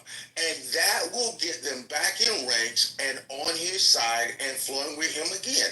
This is the steak that he trumps out just to get them back in line. Because they weren't going to. It is working, unfortunately. I follow the feeds. It is. Robert, working. I honestly think that to people like Marjorie Taylor Greene and some of the lower IQ Republicans, they have been salivating over an opportunity to get Obama forever, and they will easily fall away from the Epstein and his feet to the fire. 100%. They will fall away and say, let's go get Obama. They will. That's what he's doing. That's all. Well, it's incumbent of the media to point out the facts, okay? Trump's own administration sided with those reports. Senator Rubio, when Trump said he basically believed Russia over his own intelligence community, and Rubio said, no, you shouldn't do that, that's incorrect. Russia did 100% try to influence the elections. That was Marco Rubio, and he had read.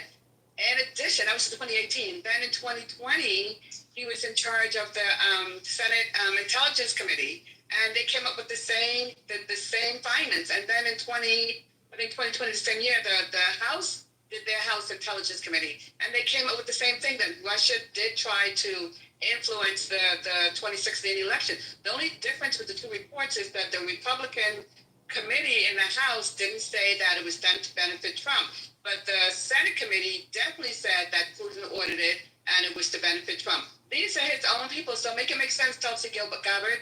What she's saying is she's twisting words, and she's not putting the whole fact. She's relying on a presidential daily briefing that does not purport to say what she does. So it's incumbent upon the legacy media, and when he does these gaggles or whatever, to hold him to the fire and put the facts in front of the American people. Not this bullshit stuff that we're telling. This is why I'm telling you, there's no way Obama is going to. There's absolutely no way. And you know why they probably made Tulsi Gabbard roll this out? Because Trump is mad at her over the Iran thing and saying that there's no intelligence on Iran having a nuke. So this was probably her way of having to make up for that. Yeah, she needs to get it. I said that yesterday. She just trying to get it back in his good graces. This ain't nothing new. The point is what whoever it was saying it, this puts his life even in more jeopardy, putting that shit out there like that. It's not funny, and he has no right to be doing it. And he also said Obama spied on him. Bullshit, Obama was doing his job. They were looking into the investigation. He said Obama spied on him. He said that during the campaign, and they shot that down. There was no proof. Yeah, they shot that down, and there was no proof. He said it the day before yesterday. No, but he said it again in the campaign. Yeah, he said that during the campaign as well. And the thing is, the whole point is they don't mean to bring any charges. They don't even need to bring anything conclusive whatsoever. All they need to do is turn the opinion and the tide of MAGA away from Epstein toward let's go get Obama so that they don't lose the midterms. And they just need to consolidate their base, and that's all this is, an attempt at consolidation. And if you look at it, don't have to have protection more than he already has, and that's a shame. Yeah, if you look at the two moves together, kicking this out until after Labor Day and going after Obama, the strategy's going to work. Sorry to say, it's going to work perfectly. I'm not sure. I'm not work. Yeah, I have faith in. You have faith I'm not in prepared. who? It's gonna MAGA? work. You have faith in MAGA? Who do you have faith in? Why do you have faith in MAGA? Well, this is definitely right me for MAGA, no doubt. Yeah, who do you have faith in? But this can also energize the Democrats. This is the same with the Democrats and energize them. Oh yeah, it can energize the Democrats. Sure, that's true. That's true. That's exactly what I. See, you got Lisa hyperventilating. This can definitely energize the Democrats. I don't play around. You know what? I don't play around like this. You know what I'm saying? All this other bullshit that they doing on the MAGA side is fine. But when you're coming after MLK, first of all, and then Barack Obama, second of all, to me, it's war. I ain't got time to be playing around with these fucking MAGAs. This is war. Yeah, it is. You don't do that shit. You find somebody else to hang out to dry to cover for your dumb ass. But you don't do that. And black people need to be upset. Instead of coming on Clubhouse, holding fucking rooms, agreeing that there's some shit about MLK that we need to be pushing out there and doing the work for these white supremacists. You guys ought to be ashamed of yourself, opening up fucking rooms like that. And I told you Who did that? Who did that? Oh, it was in the hallway. Oh, damn. Who was in the room in the morning? They were talking about MLK. Y'all got a fucking nerve. You better get it together. Better try to culturally wrap your arms around each other and lock arms and shit. We are not going to let this happen. I don't give a fuck. You know, Trump has his issues and whatever, but he picked the wrong one. You guys should be standing up saying that and not just saying, oh, well, it's a nothing burger. We should just be not losing focus on Epstein. You guys can't walk and chew gum at the same time? You're going to let them drag down a leader? Like one of the most revered leaders we've ever had in our culture, in our community?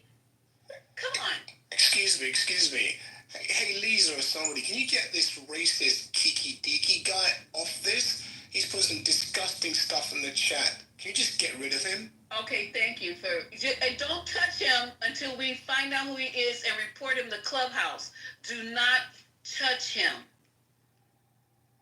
Go up there in the corner, 0 friends, get this account, and report him to Clubhouse. Don't just kick him out because he's going to be everywhere. Report him to Clubhouse and have this motherfucking account removed. Does everybody got him before I kick him?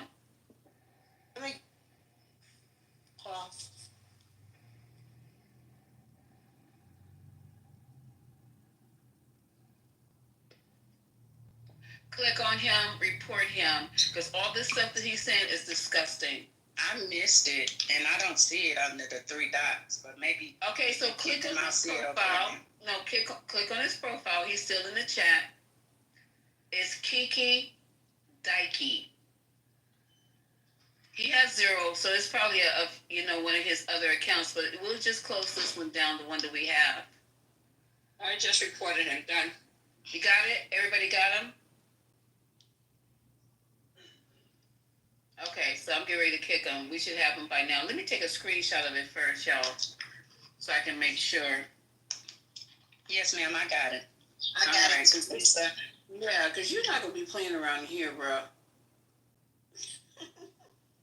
Come back on your other account, because this one's getting ready to get pulled. All right, cool. All right, so let me play the clip of what he said about Obama to the world today. And this stuff doesn't go away. This is what I'm saying. I don't know who should be responsible for the kickback, for this clapback. Should it be Hakeem? Somebody should be saying something about that. That this is just a little press conference. This is unacceptable. Yeah, I think what needs to happen, I think our senators need to challenge our networks that when they hear such things that they fulfill their role as a news organization and lay out the facts to the American public. When we hear insidious things like that, there has to be a segment created. The producers need to create a segment and say, hey, this is what happened. And what's so interesting about this Russian is that in real time, I remember it. I could talk about this thing off the top of my head because the expulsion of those, I believe it was 18 individuals operating out of Long Island, New York, whereby they had a room set up and they engaged in putting out content that, and this is before I even knew anything about toxic content. I didn't know anything, but and why I know it is because at that time I was going around and finding out why people didn't like Hillary Clinton, and most of the people that I asked would say things like, I don't know. And they would all talk about like the Pizzagate and all of these things. And I was like, where are people getting this from? Little did I know that this campaign was underway and it was very effective. And people didn't even know why they didn't like her. People didn't really, if you asked them why, they really couldn't at that point because we didn't isolate the negative impact of toxic content.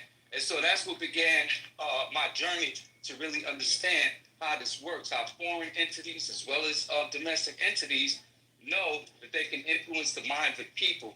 And so they get, Snowden went over there to Russia.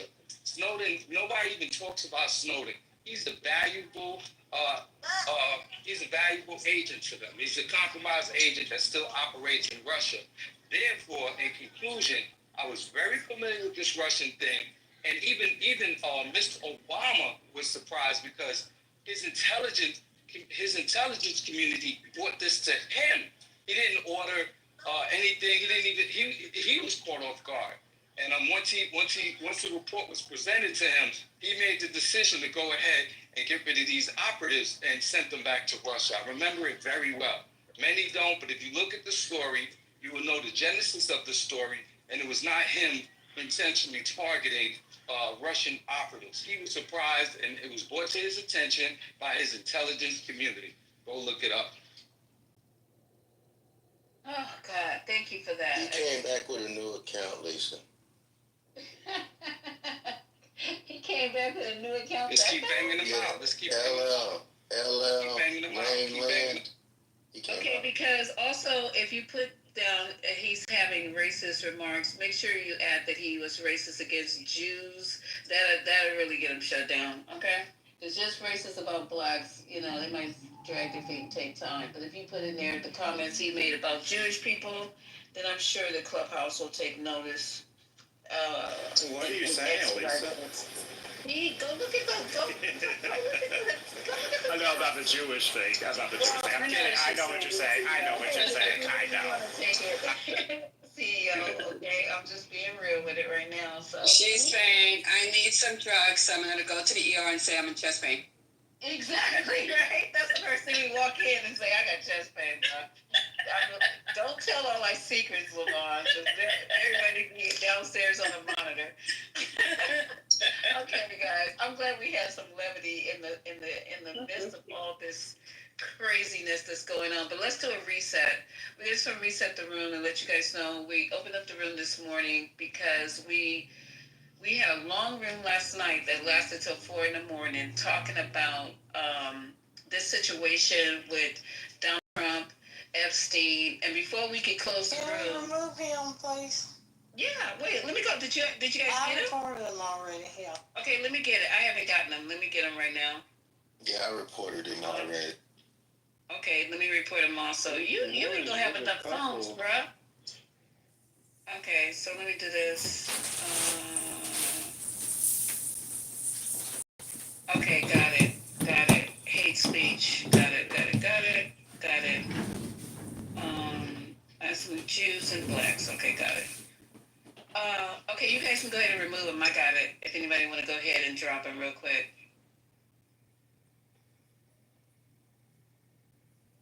Nobody, you wrong for that. That was petty. Talking about he working with all the extra government money.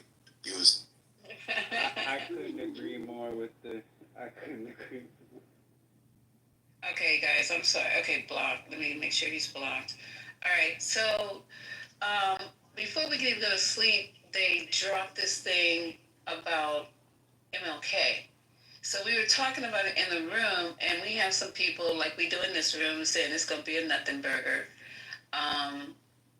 You know, because Obama came out first, and then MLK came out second. And I just said to them, because now I'm the female Trent of the room, that there's going to be a lot of stupid shit coming on the heels of this in reference to MLK. I said, watch. Clubhouse, they're going to start opening up rooms and they're going to start disparaging this man for no good reason. That we as a collective and a community are not going to lock arms and just, you know, keep our legacies intact. And sure enough, before we could close the rooms, the other rooms started opening on Clubhouse. This is crazy. Excuse me. I don't understand. Yes, sir. I just want to rewind. Did I hear you correct? Did you just call yourself the female Trent? Is that what I heard? Because oh my God! And now I'm a female version. I be predicting everything now. You know what Trent be doing? So I predicted a few other things that you guys said would It's a red bag. It's right there. Oh God. CEO's out there. I know. Can you guys? Okay. So let me just play the clip. I was trying to pull it up real quick. It's 8 minutes, but if it gets real raggedy towards the end, I'll cut it off. This is Trump once again. Oh, I didn't finish resetting the room. So we're here today talking about Jesseline or Gasoline, which we like to call her. First, she came out once they said that the list did not exist. I told you guys at that time, I said, well, maybe the list doesn't exist in the paperwork that they have, which I don't believe. But I said that Gasoline is the list. She was the madam. We had a room on the little girl, the two girls that they recruited at the bus stop, the bus station in New York. And the one who filed the rape charge against Donald Trump and Epstein with Gloria Allright's daughter. I forgot Lisa's last name right now. Lisa Bloom, that's right. And she was going to talk before the elections. And they were getting ready to hold a press conference with this now lady. And she was in Lisa Bloom's office. And she said, I can't do it because I've been getting all kind of death threats left and right. So Lisa came out and said, we're going to cancel this press conference because the victim is terrified. So this woman disappeared, but she let them know that the other young lady that she was with, that they both got raped, she literally disappeared. She disappeared. They let her go, but she wasn't released with her. So she never found out what happened to this girl. So anyway, back around. Jesseline is the list. She has everything in her head. She was the madam. If she doesn't have it in her head, she has a book. Because you know that when you're running a type of enterprise and you're having Prince Andrew, President, they said Clinton, who I could care less about, right? And other people high up in the stratosphere where they were moving, that you wouldn't document that they came, when they came, who you matched them up with, blah, blah, blah. I mean, that doesn't even make logical sense, that I wouldn't keep some type of record for my own protection maybe, or maybe to use it later on in this particular situation that she's in now. So she asked to come and talk, and then it was a break in between. Nobody was talking about it, da-da-da. The next thing you know they requested her to come and speak, and then 15 minutes later, while we were talking about it, a subpoena was issued. And now what happened? They sent everybody home. So we're in here talking about the fact that Donald Trump, there's something. Oh yeah, let's not forget about the 1,000 people. The Epstein files we read last night are being reviewed. I don't know how many pages there are, but they literally have in the DOJ's office 1,000 people going over the Epstein files. This file must be horrendous. This must be huge. They're going through the Epstein files, and they're trying to identify whenever they see Trump's name in these files, and they need 1,000 people doing it 24 hours a day. And then they're supposed to put it on a spreadsheet. Okay, hold on. Put it on a spreadsheet. But it's 2,000. Oh, it's 2,000 people? I read days ago. I read 1,000. It's a lot. I read 1,500. Really? I'm splitting the baby. I'm splitting them. You guys are wrong. So for them to have to do that because they're trying to scrub it, don't you think they're trying to scrub it? What's the point of them having these many people just looking for his name in these files? I think that people are confused to think that it's just a piece of paper or it's a book of papers, because those files are a lot of documentation together. They're not just her documentation, but it's also computer files, it's almost flight logs, it's a lot of stuff. Remember, they are still trying to find out where Jeffrey Epstein made his money, because the pass-through entities are so numerous. The last count that I saw, he had over 80 some odd pass-through entities that were shell companies. They still can't track where he made his money.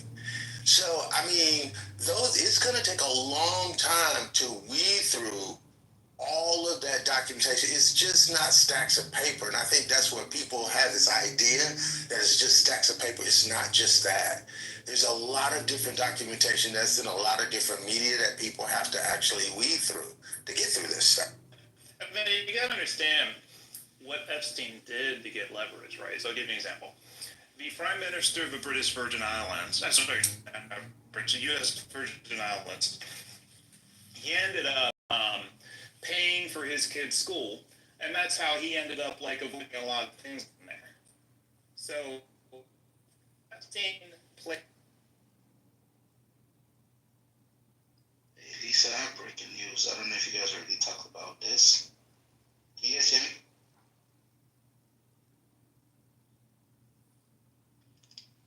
Can we hear him? Oh, and Carlos, they did expose the files to 1,000 people. I can barely hear you. I was gonna say that Barack Obama's office has responded to Trump. Yeah, so they put out a statement. Out of respect for the office of the presidency, our office does not normally dignify the constant nonsense and misinformation flowing out of this White House with a response. But these claims are outrageous enough to merit one. These bizarre allegations are ridiculous and a weak attempt at distraction. I didn't think it went. I should have just said fuck you. I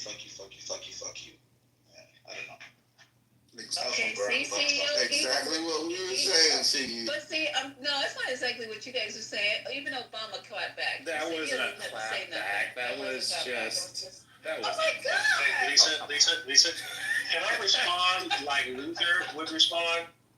Can I respond like Luther? Not the anger translator. Yes, the anger translator. Okay, very simple. Shut your bitch ass up, motherfucker, before I really get up in your ass. What? Test me. Try. That's it. No, he literally said, Lisa, he said, generally we don't respond to the nonsense that comes out of the White House and this administration, but these are nonsensical. And he literally said, specifically in his statement, this is an effort for distraction. And that's all we were saying.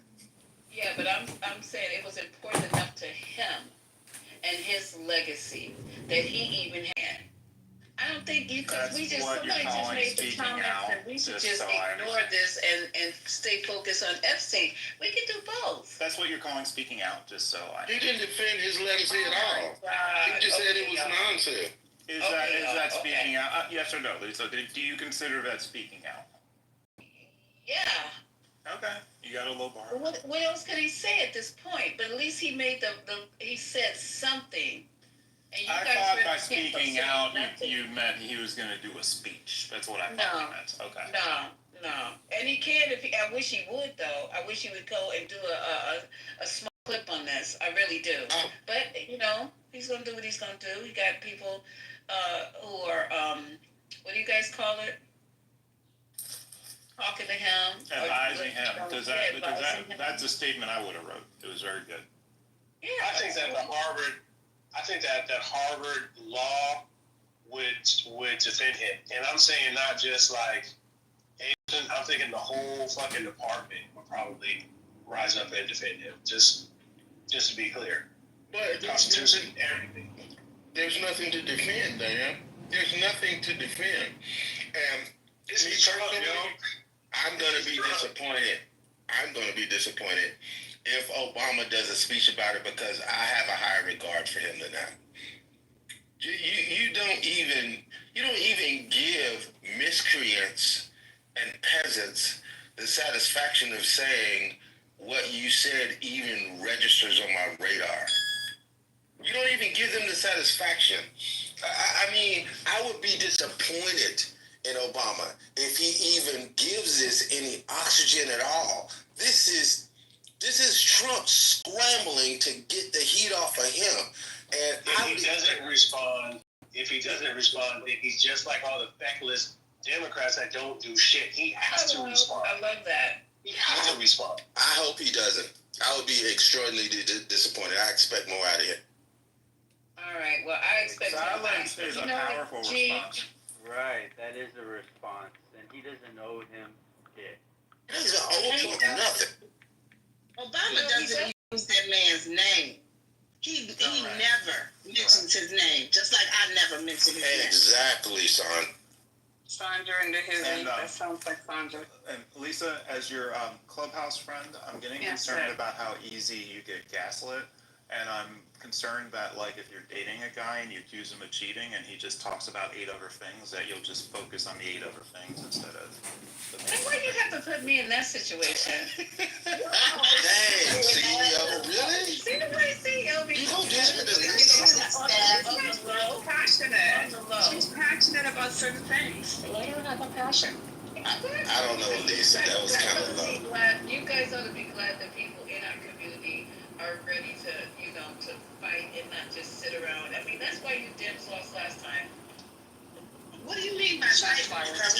What do you mean? What do you mean? Shots fired. Last time, you know what I'm saying? You can read the room. Y'all can't read the room and shit. Okay? Lisa, what we supposed to do? Well, we doing it right now. Oh, just talking about it? Well, no, I've already been on my fight calls app. I don't know what y'all doing. Oh, yeah, definitely we can use that. These leaders that we have need to be about leading, need to be about, getting out there into the fray, showing them that we just as tough as these fucking MAGAs. They go along with this shit, but you guys want us to sit back and look pretty. AOC and Bernie fight all the time. You know what I would love to see, Lisa? Lisa, you know who I would love to see?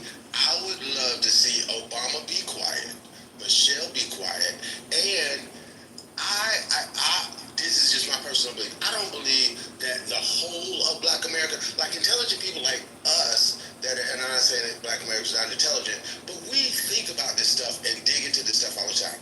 Y'all gotta admit, 98% of Black America does not dig into politics like we do in this room. They don't.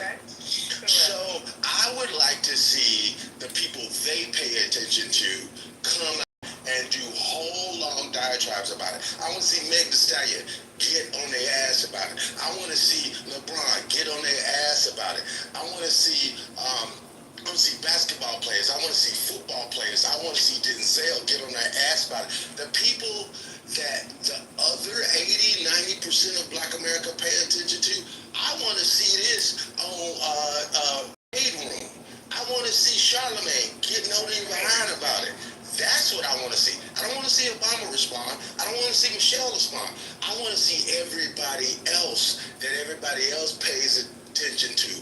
2 Chainz and Little Rip and Lil Yachty and all the crazy other rap names and all of that kind of crap. I want to see them go ballistic about it. That's what I want. This is the Alabama brawl when he throws up the hat. That's the signal. That's the signal.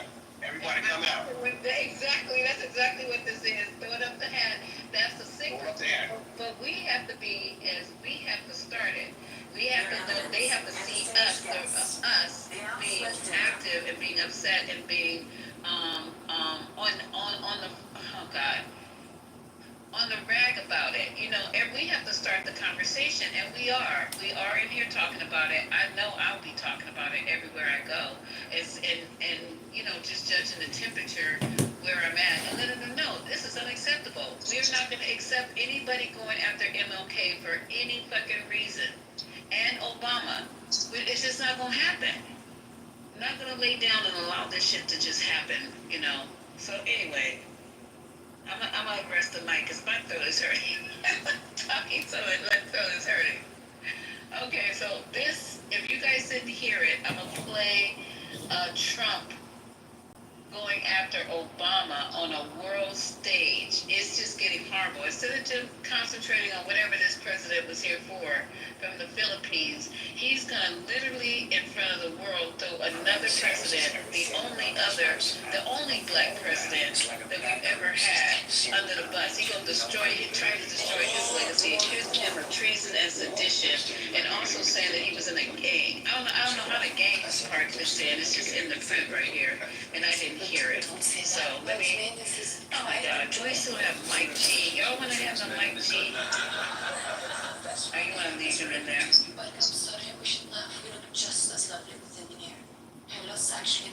up to y'all.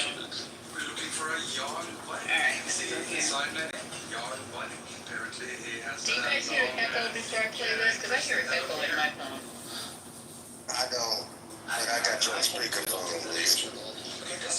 I'm literally hearing an echo, but it might be from my speaker. Okay, here we go. Yeah, I call that fashion. Actually makes him a sort of rebel.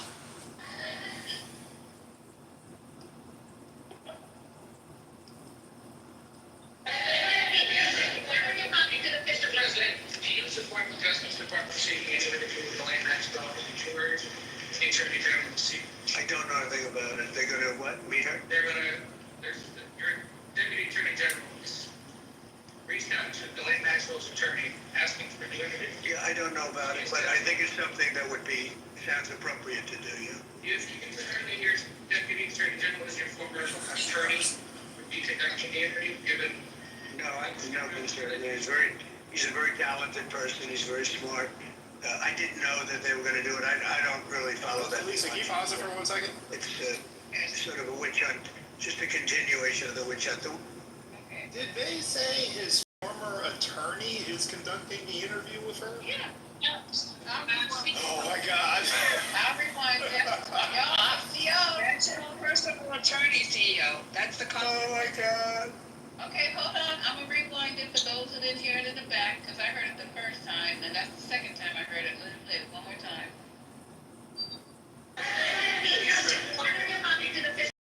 Do you support the Justice Department seeking any interview with Ghislaine Maxwell before the Attorney General seat?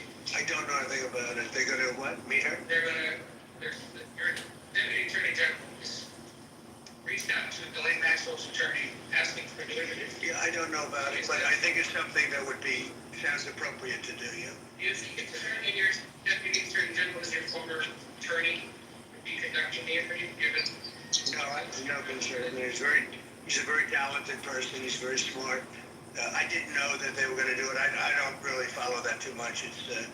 It's sort of a witch hunt, just a continuation of the witch hunt. The witch hunt that you should be talking about is they caught President Obama absolutely cold, Tulsi Gabbard.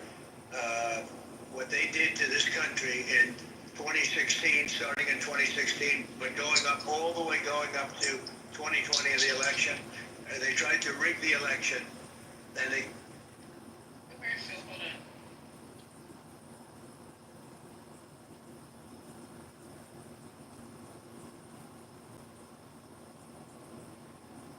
CEO, that the assistant. And they got caught. And there should be very severe consequences for that. You know, when we caught Hillary Clinton, I said, you know what? Let's not go too far here. It's the ex-wife of a president, and I thought it was sort of terrible. And I let her off the hook, and I'm very happy I did. But it's time to start, after what they did to me, and whether it's right or wrong, it's time to go after people. Obama's been caught directly. So people say, oh, you know, a group. It's not a group. It's Obama. His orders are on the paper. The papers are signed. The papers came right out of their office. They sent everything to be highly classified. Well, the highly classified's been released. And what they did in 2016 and in 2020 is very criminal. It's criminal at the highest level. So that's really the things you should be talking about. I know nothing about the other, but I think it's appropriate that they do go. President Tulsi Gabbard has submitted a criminal referral to the Department of Justice. From your perspective, who should the DOJ target as part of their investigation? What specific figures in the Obama administration? Well, based on what I read, and I read pretty much what you read, it would be President Obama. He started it.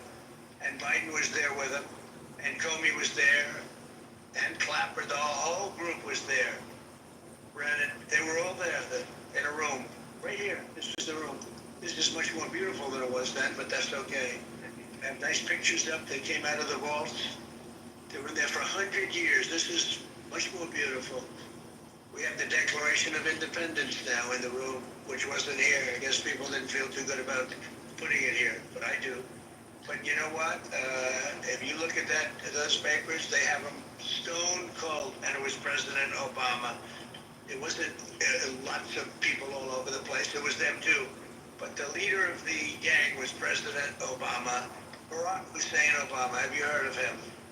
And except for the fact that he gets shielded by the press his entire life, that's the one they.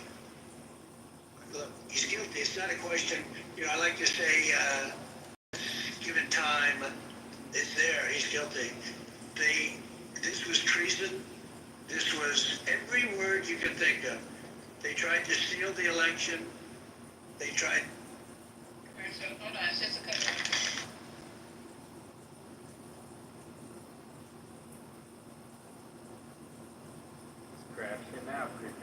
They tried to obfuscate the election. They did things that nobody's ever even imagined, even in other countries. You've seen some pretty rough countries. This man has seen some pretty rough countries, but you've never seen anything like that. And we have all of the documents.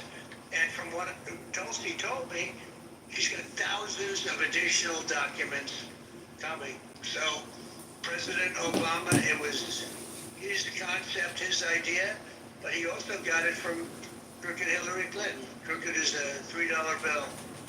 Hillary Clinton and her group, the Democrats, spent $12 million to Christopher Steele to write up a report that was the total fake report. Took 2 years to figure that out, but it came out that it was a total fake report. It was made up fiction. And they used that. Now, the one thing they weren't able to do was to, and probably the only thing I respect about the press in years is the press refused to write it before the election. They refused to put it in. The Steele report was a disaster. All lies, all fabrication, all admitted, and admitted fraud. She paid $12 million and the Democrats for that report to a wise guy named Christopher Steele. He wrote a phony report, and they wanted to get that report in before the election. And I'll tell you what, I talk about all the time, the fake news, how bad it is. But in this case, they wouldn't do it. They saw it, they read it, and they said, we don't believe it. And it was only after, substantially, like a month and a half after the election, that it got printed, and it was the big whisk. It was just like a bang of nothing, because the election had ended. If that report had gotten published by the New York Times or somebody, and I respect the Times for maybe only this, because they're crooked as you can be. They're a terrible paper, a crooked, corrupt paper. But for this one moment, they said, this is bullshit, we can't put this in. And neither could any other paper. Wall Street Journal's a lousy paper, very, very dishonest paper. As you see, I'm suing them for a lot of money because they do things very badly. It's got a nice name, but it's really, in my opinion, it's a terrible paper. And it can be corrupt. But just so you know, they didn't take the Steele report. It was the dossier. Remember the famous dossier? I call it the fake news dossier. The news wouldn't publish it.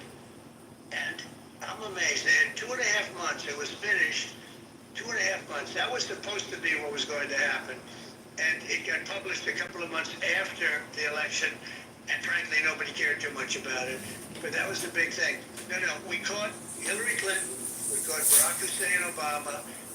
They're the ones. And then you have many, many people under them. Susan Rice. They're all there. The names are all there. And I guess they figured they're going to put this in classified information and nobody will ever see it again, but it doesn't work that way. And it's the most unbelievable thing I think I've ever read. So you want to take a look at that and stop talking about nonsense, because this is big stuff. Never has a thing like this happened in the history of our country. And by the way, it morphed into the 2020 race. And the 2020 race was rigged, and it was a rigged election. And because it was rigged, we have millions of people in our country. We had inflation. We solved the inflation problem. But millions and millions of people came into our country because of that. And people that shouldn't have been, people from gangs and from jails and from mental institutions, people that we don't want in our country, and people that we're getting out, dangerous people. 11,888 murderers. Many of them, 50%, more than 50%, murdered more than one person. I hate to say this with such a distinguished guest, but, they asked me a question. I got to answer the question. No, Barack Hussein Obama is the ringleader. Hillary Clinton was right there with him, and so was Sleepy Joe Biden, and so were the rest of them. Comey, Clapper, the whole group. And they tried to rig an election, and they got caught. And then they did rig the election in 2020. And then because I knew I won that election by a lot, I did it a third time, and I won in a landslide. Every swing state won the popular vote. But I won that all the same way in 2020. And look at the damage that was caused. Okay, so that's it. Wait, is that it? Oh, great. This is the quickest way to clear out stuck poop. The #1 food for regular. So that's just it.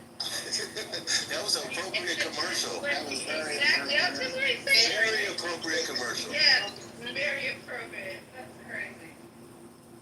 So that's him. That's him. Treason and sedition and all the other shit that he said. So he's coming after you, boy. I don't know. And I think it's just going to get worse because he likes the feel of it. You know, his niece put out today that he can't even tie his own shoes. He can't, oh, you mean he can't, So Mary can't bend over. I don't know. He can't tie his shoes. He's losing it. He's crumbling. I'm surprised he can actually put shoes on. I'm surprised he's not wearing clogs at this point. Or Crocs. As big as his legs are. Here's what he's putting on his shoes. I'm calling them damn Crocs every day. I would not let you guys shame me in my cankles. I would just put on the Crocs and stop trying to squeeze my feet in these shoes because they look very painful at this point. But here's the thing, Lisa. That guy, Todd Blanche, that was one of Trump's criminal defense attorneys in one of his New York cases. He's not going there to act as a, for the people with the Department of Justice. He's going there to get a deal for his claim, quote unquote. Right. And that's the conflict I see. The only saving grace is if he does come up with some crazy thing that's suspect, she's going to have to offer some type of cooperation by some third party document or some other witness or what have you. But this is highly unusual. And then Mike Johnson, he closed the Senate so they don't vote on it. They were having a bipartisan committee that was going to vote on transparency and releasing those files. And he took his marbles and said, okay, go home. Yeah. So they don't have the vote. So what do you think is behind that, basically? I think that's to put a cooler on this, but also it doesn't give the bipartisan committee a chance to take a vote.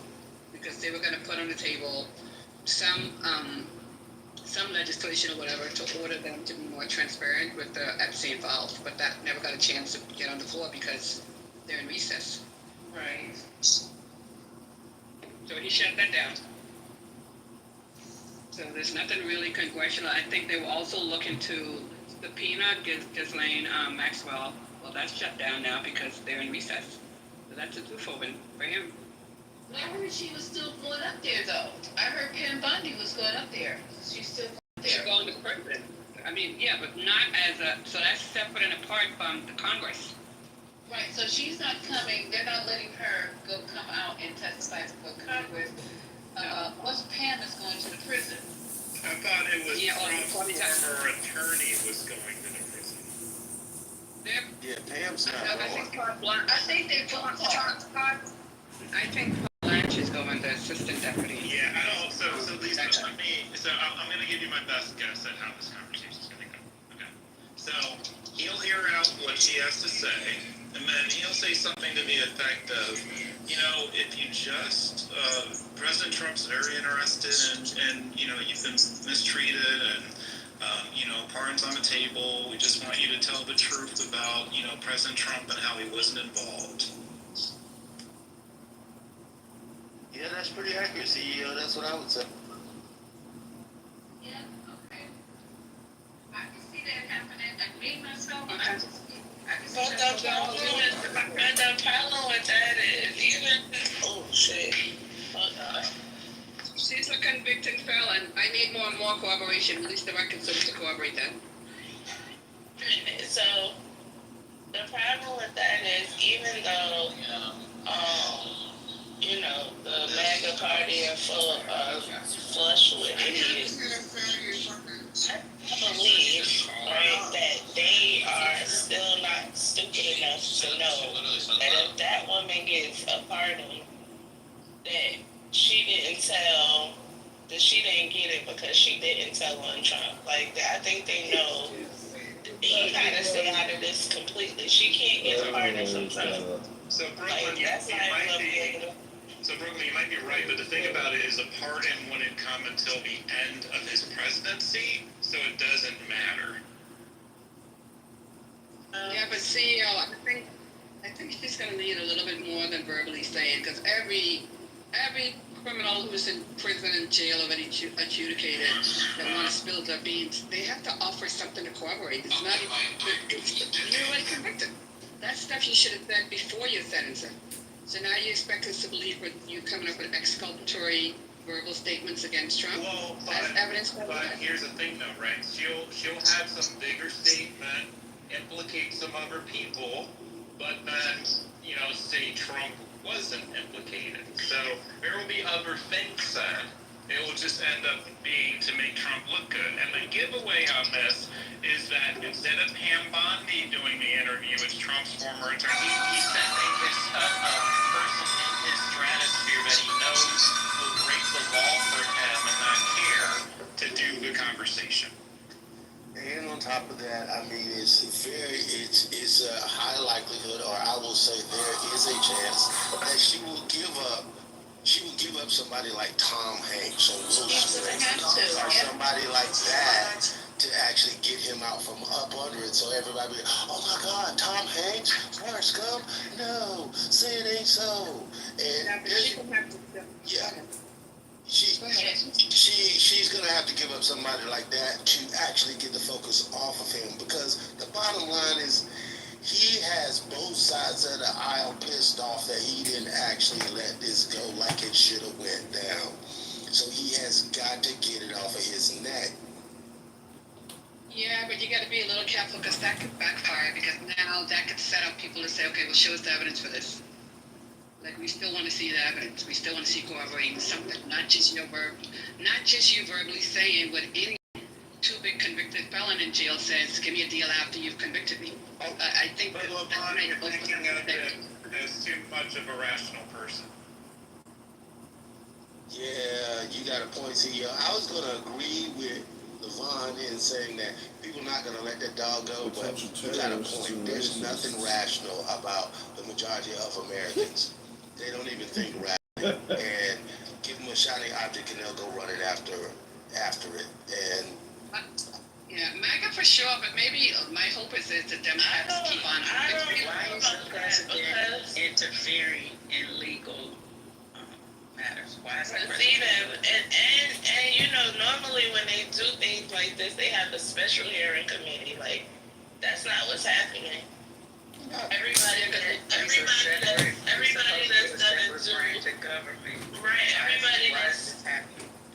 everybody in the DOJ that's going to do this investigation are top flunkies.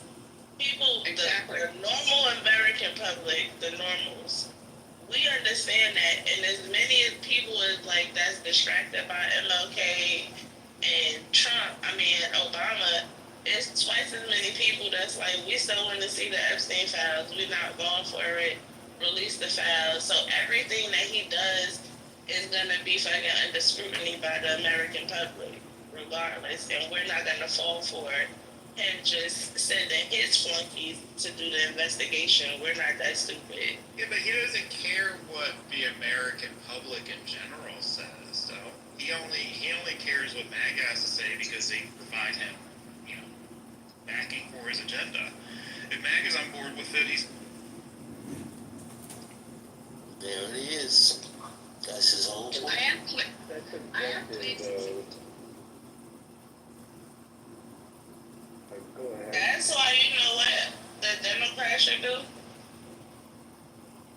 As the constituents, what we should do is we need to start calling and writing our senators and our state representatives about this thing right here, this Epstein thing. We need to write them and call them and make sure that they do everything. Don't let up on their ass, because for real, like, they gonna have to do something bigger than just letting his flunkies do investigations. That's like, you talk about Obama being treasonous for investigating Russia.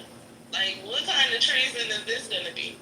That's what I said. Get your 5 calls out and start calling. call the Republicans, call your Republican representative.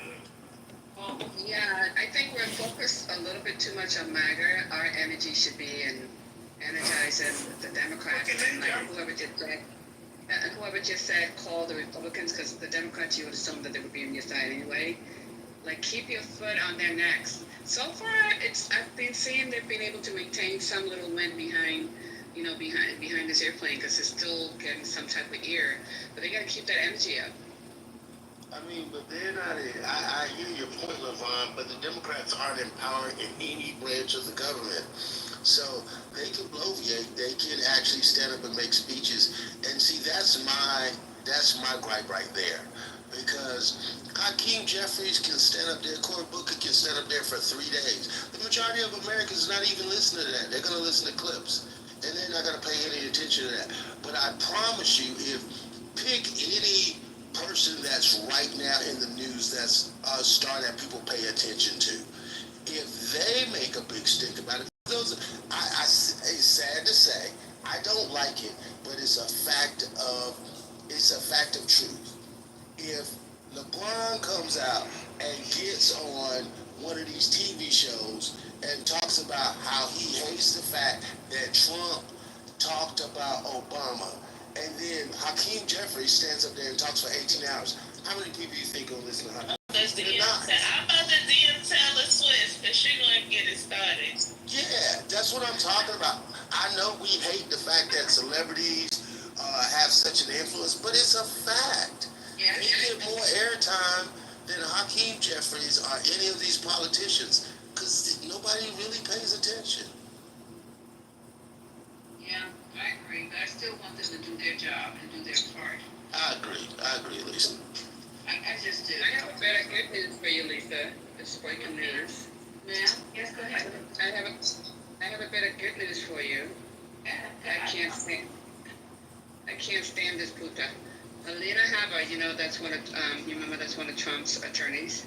Yeah. Personal attorneys, and then he made her interim. You may investor says, you may investor. You know what? You've been very bad today, CEO. And then he appointed her interim U.S. attorney for New Jersey, and then she had the audacity to try to arrest Rafa. Well, a federal judge in that jurisdiction declined to extend her extension to be U.S. attorney, so she got fired, in lack of other words. So they gave it to the first assistant. So she's no longer, I don't know if they're going to fight this, but she's no longer their interim, what was she, Attorney General for New Jersey. Well, there you go. Well, there it is. Good, look that. There's some good stuff coming out of there. Oh, God. Yeah, Maggie said that they're in the city. Go cry more. Cold more.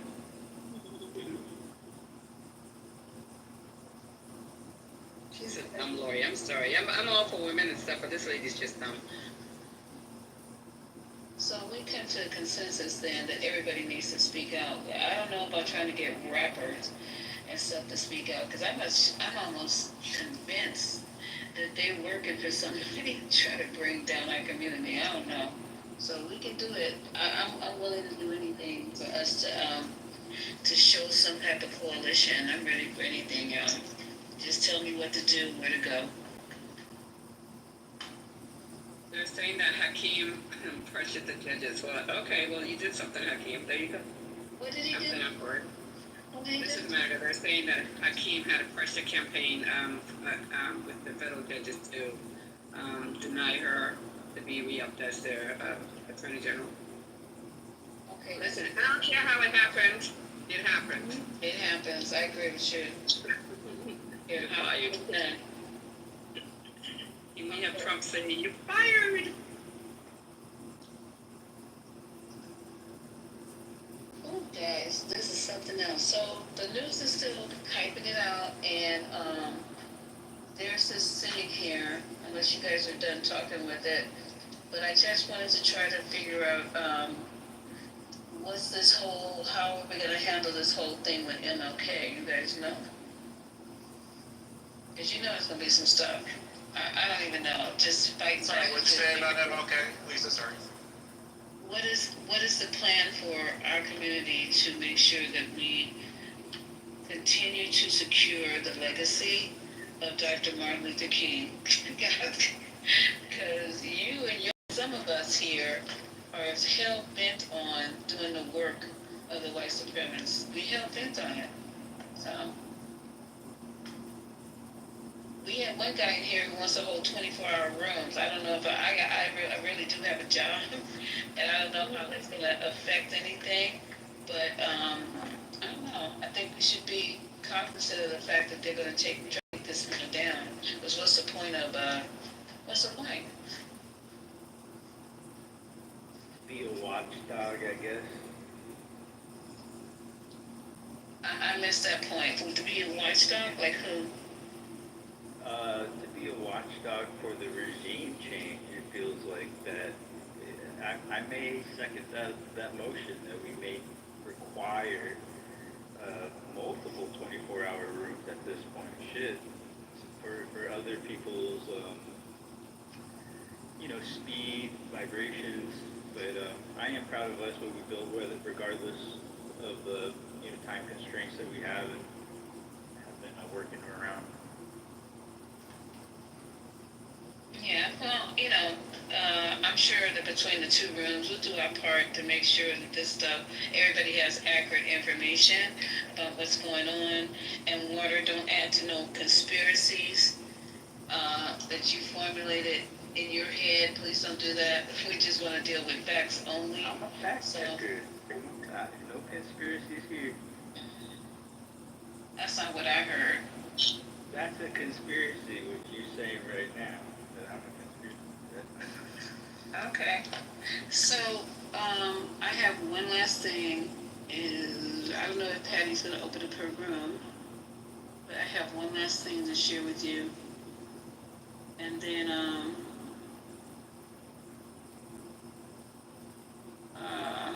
wait a minute. I had it.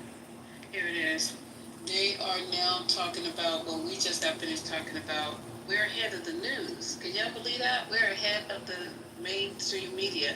Now they're starting to talk about Attorney General Bondi. I don't know what they're going to talk about. I'm just reading the headlines. So let me just go ahead and play this for you guys.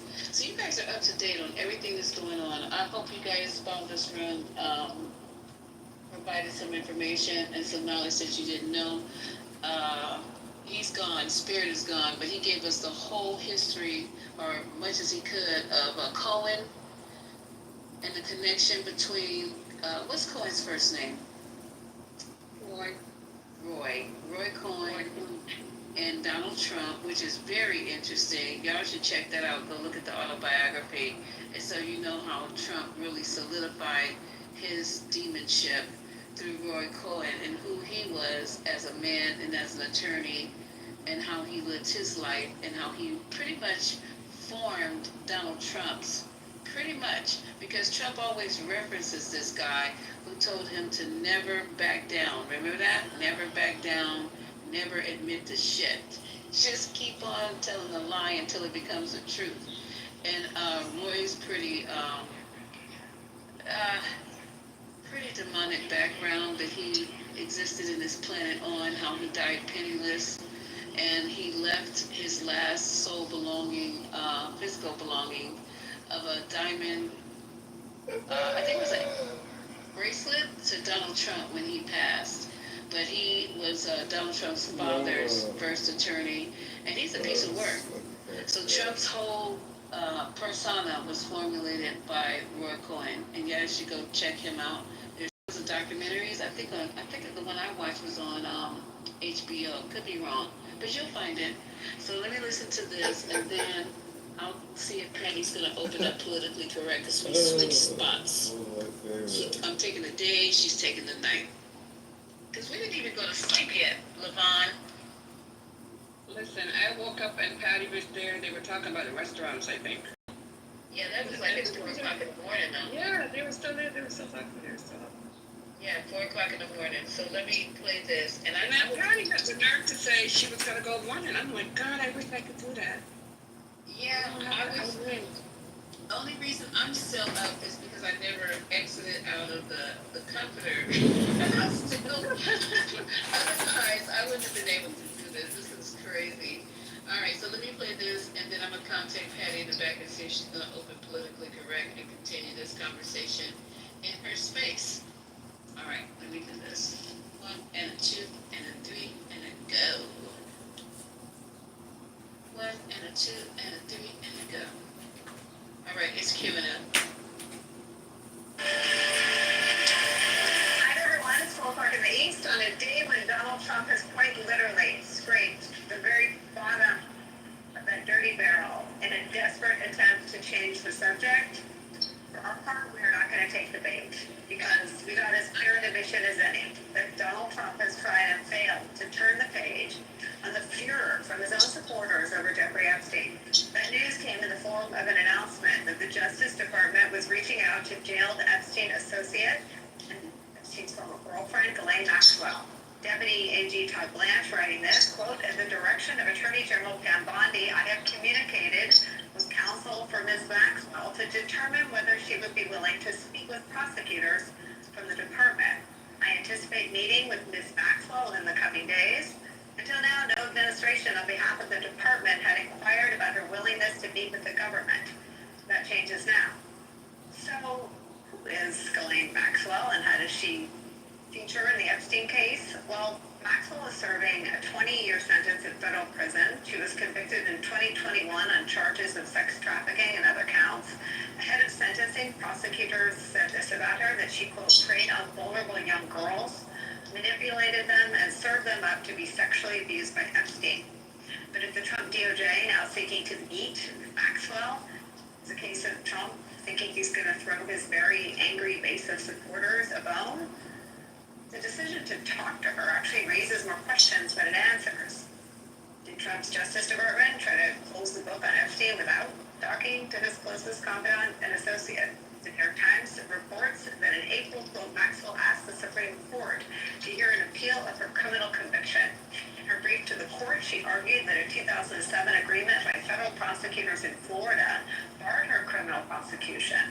Under the agreement, government lawyers agreed they would not prosecute any co-conspirator, Mr. Epstein. The Justice Department, in a reply brief, urged the justices to reject the appeal. The justices have not announced whether they will hear the case. Politico adds this reporting, quote, it also raises the question of whether Maxwell may try to leverage the meeting to reduce prison sentence by telling the Justice Department what it wants to hear. The Trump administration's announcement that it is approaching Ghislaine Maxwell comes at a time when the public's fury shows no sign of dying down. Republicans are so eager to avoid the base's wrath that they have decided to cut and run, literally. After saying yesterday that the Trump administration has to have space to do whatever it wants to do here, Speaker Mike Johnson today cut the House's work week short, skipping votes and sending lawmakers into a 5-week recess, a break, so we can all avoid having to take a vote, forcing the Trump administration to release all the files in the Epstein case. Epstein's closest associate, Ghislaine Maxwell, now embroiled in Donald Trump's crisis over his handling of the Epstein files. Start today. New York Times Justice Department reporter Glenn Brush is here. Also joining us, journalist and podcast host Tara Palmieri is here. Tara has hosted 2 investigative series on the topic called Broken, Jeffrey Epstein, and Power, the Maxwells. Rounding out our panel is our friend, former Democratic Senator, MSNBC political analyst, Claire McCaskill. Glenn Brush, let me ask you to first explain Todd Blanche's post in the Bondi X account earlier this morning. What was that? What does it mean? And where does it come from? Really kind of strange. He started off by saying that the memo that they put out, the Justice Department FBI memo they put out in early July, saying nothing to see here, the investigation is over. Jeffrey Epstein, in fact, as every other investigation showed, did in fact kill himself. He said that stands. That's the final word. But Attorney General Bondi, at the instructions of President Trump, has okayed some kind of a conversation with Ms. Maxwell. Why is this confusing? Because is this an investigative effort? Does this have anything to do with bringing charges against unindicted malefactors? In Blanche's statement, he pretty explicitly says that there's really not a law enforcement purpose to this. So this is some sort of a political or public relations enterprise that's geared at, I think, getting information out to the public. It is a very odd, and dare I use this word, unprecedented deployment of the Justice Department to be sort of a public information bureau for Donald Trump's base, as opposed to having a fact-finding or law enforcement characteristic to it. And on the flip side, all the various intertangled relationships that the Trump Justice Department, including Blanche himself, has with the attorney as representing Maxwell. It's just an enormously odd and unpredictable situation. And just to say a little bit more about that, Glenn. Well, David Marcus, Maxwell's attorney in this matter, who is imminently meeting with the Justice Department, is a friend of Todd Blanche's. They're both criminal defense attorneys. Blanche appeared, I think, on Marcus's podcast in the recent past. And the statement that Marcus posted on his Twitter account confirming that Blanche reached out to him praises Donald Trump for the way that he's pursuing this investigation. This does not seem, at least on its surface, as any sort of an interaction that will produce a result that is contrary to anything that Trump wants or expects. Looking at this Wall Street Journal report, so it does not seem, it is very much apparent what happened on Friday. The Justice Department under Bondi announced a petition to judge to release the trial transcripts from the Maxwell and Epstein grand juries, which are themselves extremely narrow and unlikely to produce any results that would point to Trump, which is, after all, big money going on right now. The last videos I have done every day, quote Kash Patel, quote, House Republicans, put on your big white pants and tell us who the pedophiles are. Do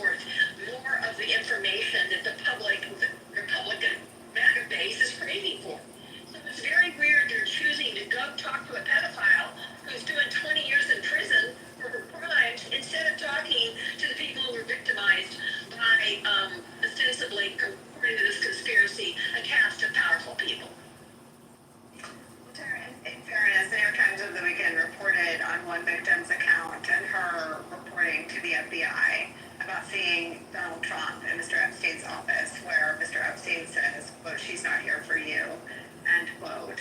And her younger sister. Yeah, so tell me how you see this move or tell me what you think is going on at a broader level.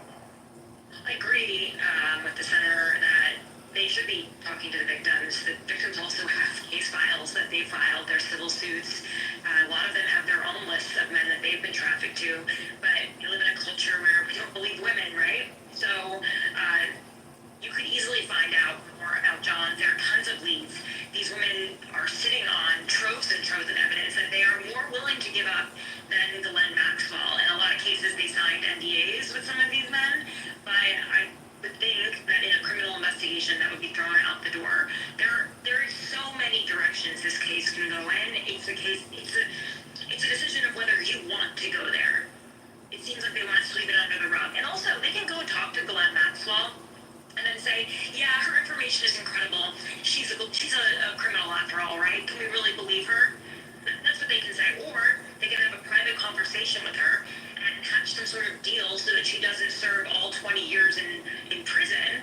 I personally believe that Glenn never thought she would serve all 20 years. I don't think Jeffrey Epstein thought he would serve time in 2019 after he'd only had to spend time in a county jail the first time around. These people believed they were above the law. They acted without impunity. They paraded young girls around and treated them like they dehumanized them. These are not normal people.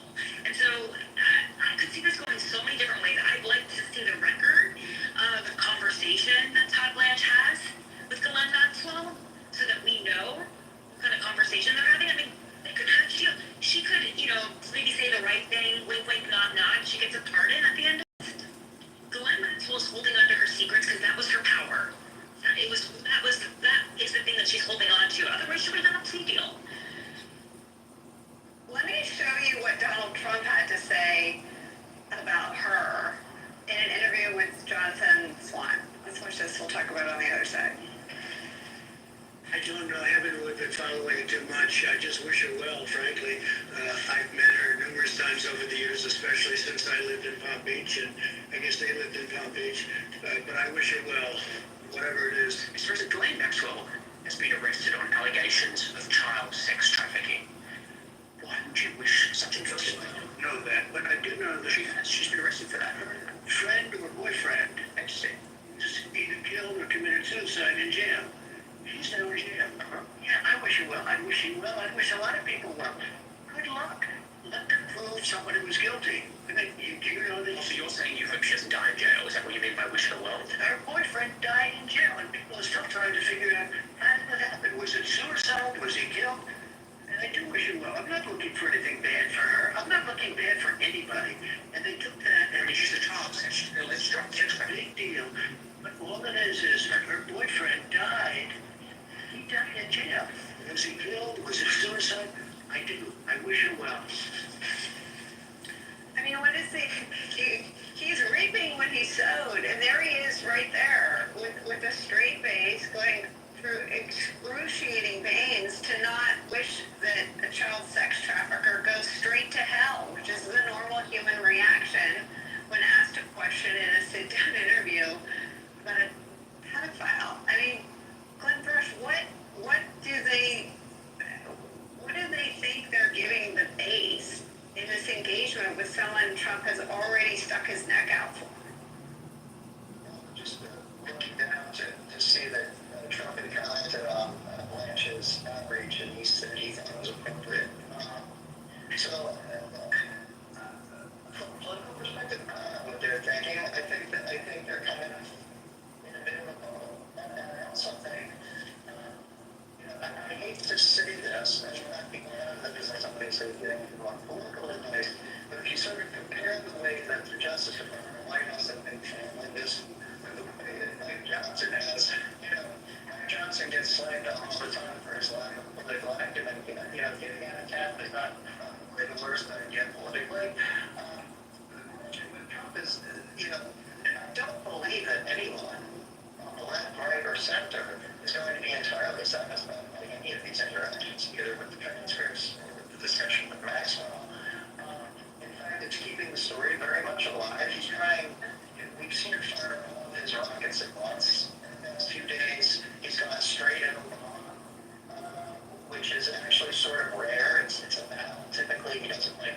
to engage in because Obama is a pretty formidable adversary for him to go toe to toe with.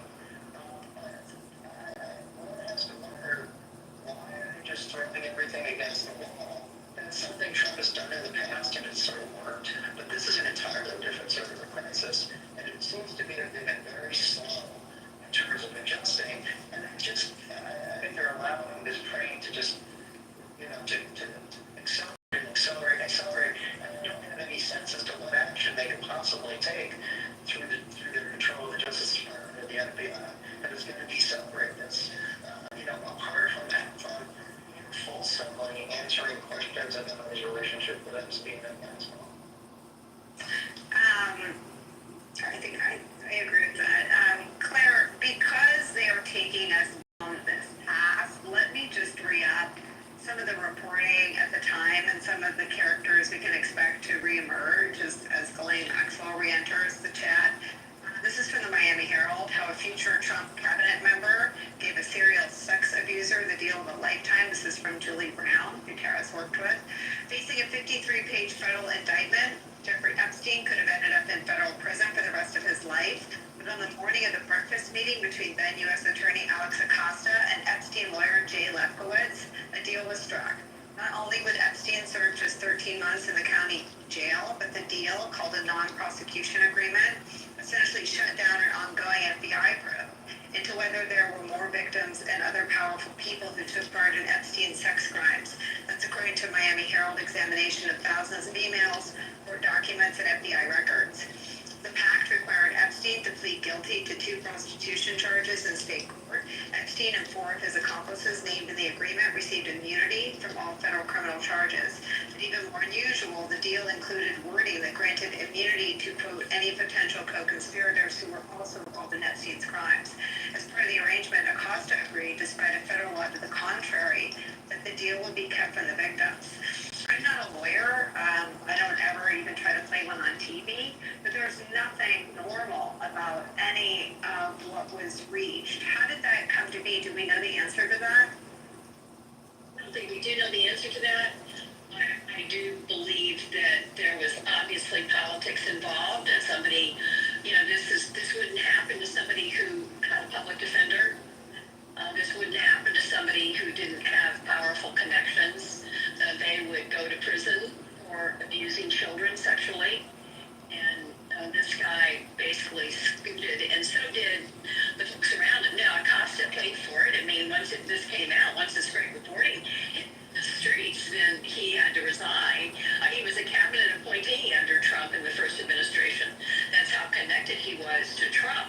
So, listen, all this stuff that Trump's doing, wishing her well, and now saying that he doesn't want the files to come out because he doesn't want people to be wrongfully accused.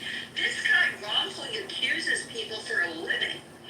I mean, Donald Trump makes it a part of his essence to accuse people of wrongdoing without evidence constantly. All of a sudden, he wants to wish the pedophile well, and he wants to make sure people are protected that might get accused of something where there's not evidence. It is so obvious to me that Elon Musk is probably right. I mean, if you look and pull the thread, I think Donald Trump is scared to death.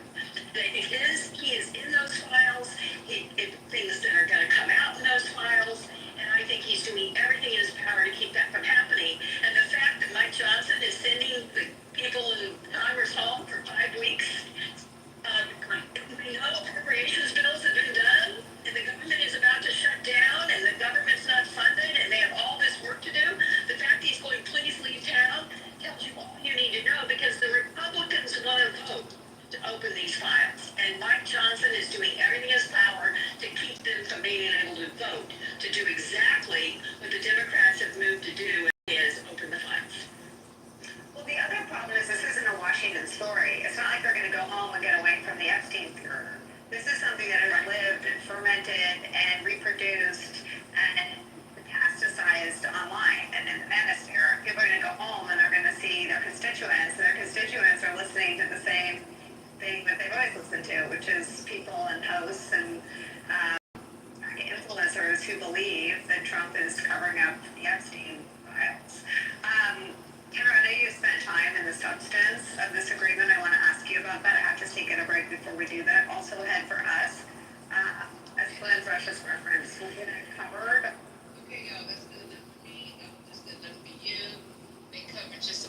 thing, and they kind of agreed with a lot of what you guys were saying. What CEO was saying, what Lavon said, they pretty much agreed with all of that. And that's the update. Anybody want to add or subtract before we? Let me see if Patty's going to open up her room.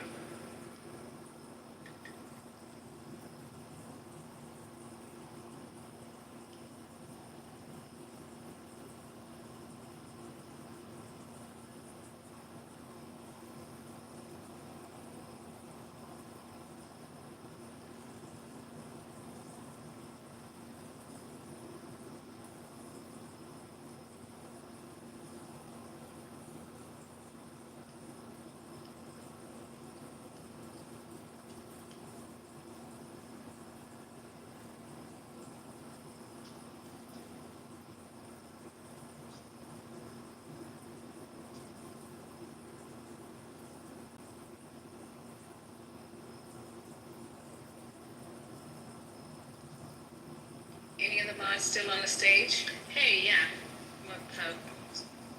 I just want to make sure we don't have to close the room down. Is Patty going to open up? I don't know.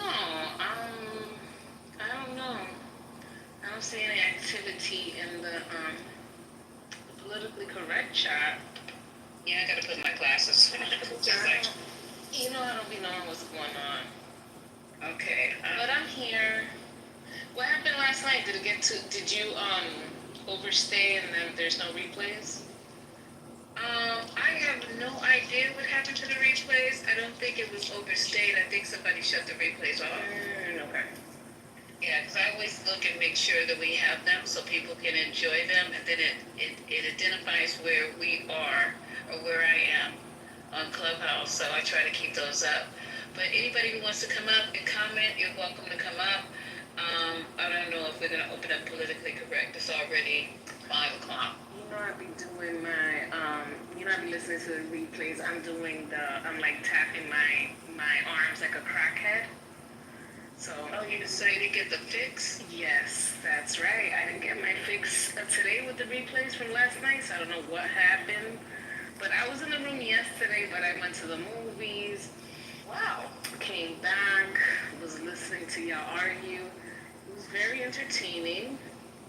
I was very much looking forward to hearing that argument again.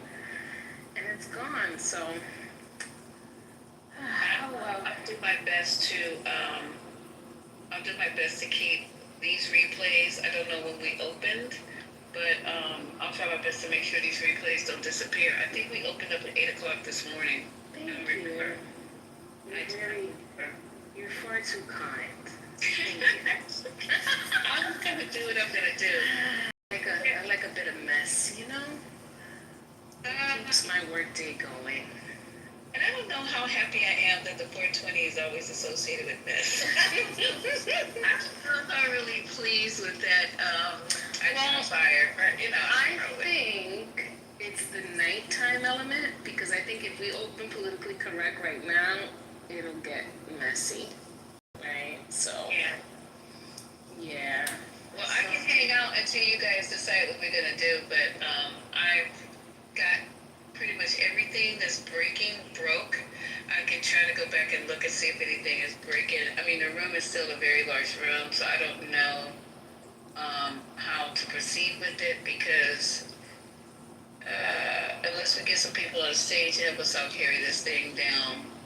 Let me see if I can find. And I went to Telegram already to let them know, but I think somebody is sick or something. Okay.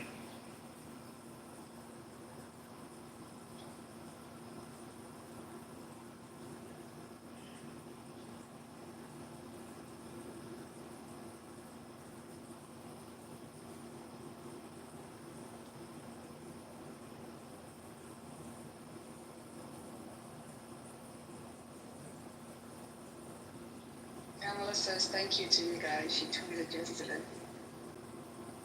Huh? Pamela Harris, she says thank you. Whether you're attending a protest, calling your representatives, or building community, I want to say thank you. We are in this fight together. Well, there go your marching orders. Oh, wow. That's kind of boring. I need some trolling. I need some good old fashioned. I'm liking Gavin Newsom right now. Okay. I need some memes. This other stuff is just boring. It's just politics as usual. It's not getting me out of my couch. Okay? Laid up on my couch. Kamala Harris is just, just nice. Right? Auntie vibes. And I'm surprised that she didn't get into the fray. I guess she's going to try to be the good girl, kind of, I'm just going to keep my head down. This is really good. This is messy right here. This is absolutely messy. Let me see if I can find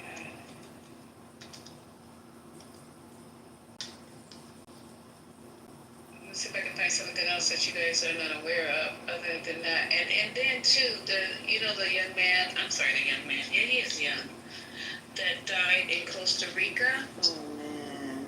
Somebody else was with him. I gotta pull that story up. Hold on for a second. I don't know who died or whatever. Hold on, it just came across my feed.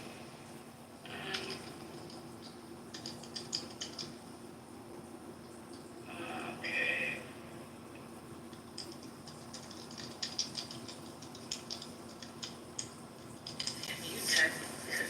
You hitting them keys hard. I have on, of course I have on nails or something, shit like that. Okay, so yeah, let's look at this. Oh yeah, there was a second person that we didn't know about, so let me just read this part right here. This is from People, and it's from today, and it's saying that, I don't know what happened, this is a weird state to me. It's saying that, Malcolm Jamal Warner drowning, a second person in critical, a second person is in critical condition, was trying to save the actor's life. It says, more information has come to light about the second person involved in Malcolm Jamal Warner's drowning. On Sunday, July the 20th, the Cosby Show actor drowned while swimming during a family trip in Costa Rica. He was 54 years old. It was later revealed that another person was taken by an ambulance to a local hospital and is in critical condition from the same incident where Warner drowned. The Judicial Investigation Agency told People in a statement that the actor was apparently swept away by a current and was rescued by bystanders but declared lifeless on shore. The other person, who remains in critical condition, entered the water to try to save Warner.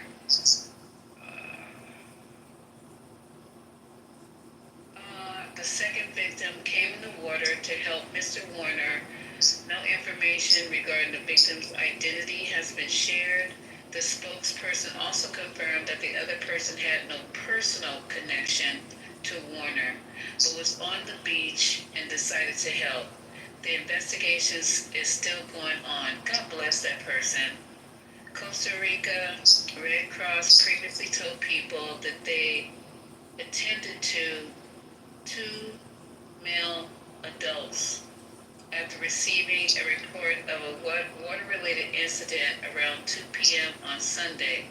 CPR was performed on Warner for 20 minutes per the agency, but he was declared dead at the scene. Warner had been on vacation with his wife and daughter at the time of the incident. So, yeah. to see that. They just saying from an autopsy report, they've already did an autopsy. The actor died from accidental asphyxiation by submersion. And the autopsy took place on, today's the 22nd, right? On the 22nd. Yeah, that's pretty sad. But that somebody would get up off the beach and try to save you is just a testament to this man. And now he's in He's in critical condition, so I hope he survives. Wow. So sad. Yeah. They said in this article that he had just done a concert in Minnesota, and he had called Bill Cosby to talk about it, that they spoke all the time. I didn't even know that he was still connected to Bill like that.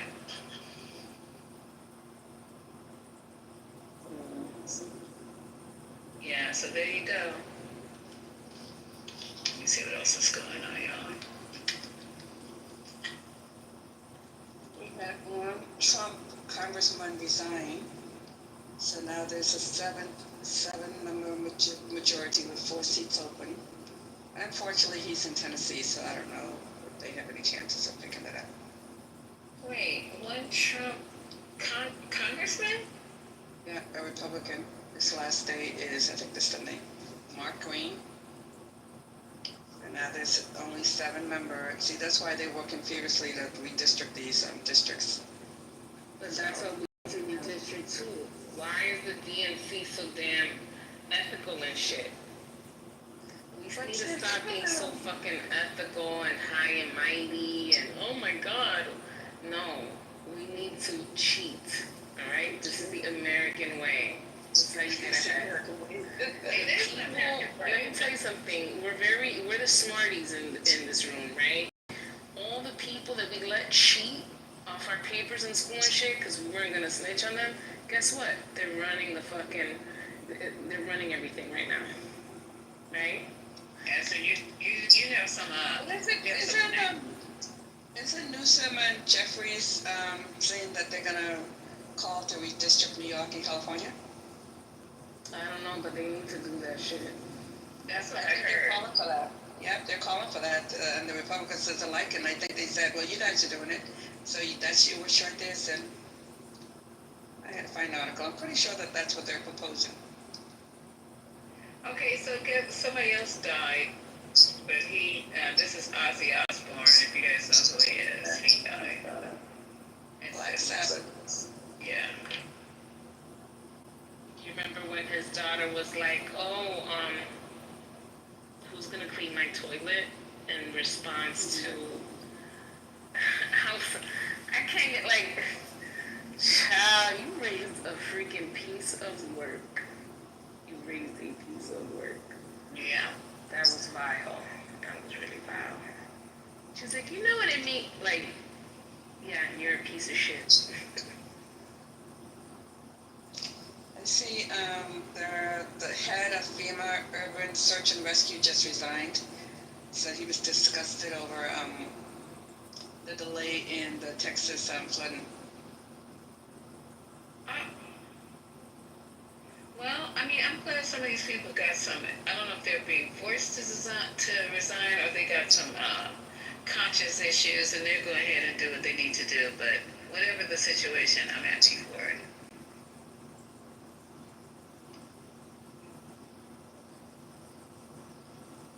There's a lot of news today, a lot of news this last couple of days. Yeah, but it's all about there's a story, flood of ICE agents is coming to cities run by Democrats, the White House warns. That's you guys done, I guess, New York and California. Yeah, I know there's some in Brooklyn, so like good morning people, and we're sending texts out. But they're in certain areas. They're in, if they checking for ICE, they're grabbing you. Hey, just real quick, it just came out that Todd Blanche is the district attorney, the deputy attorney general for the United States. He has now spoken with Ghislaine Maxwell's lawyers, and subsequently there is no objection to Maxwell's lawyers releasing the grand jury testimony. What all that means, Todd Blanche, if you don't know who Todd Blanche is, Quinn, since I guess you don't know who he is, that is Donald Trump's former personal attorney. So now Donald Trump's former personal attorney is going to go meet Ghislaine Maxwell. If you don't think that there's a pardon in the works, I don't know what to tell you, bro. But We that's already talked about that. We're on it. We're on it. I told you this morning. I just told Clint down there in the chat didn't know what was happening. I'm telling you, that's exactly what's going on. But anyway. Hey, but Trent, tell that guy Todd we need her lawyer's permission to release that. You don't have no authority. I think you do. No. Yeah, I guess. The authority over a grand jury testimony is the judges. Is it the judges? Okay. I guess you're right. It is the judges.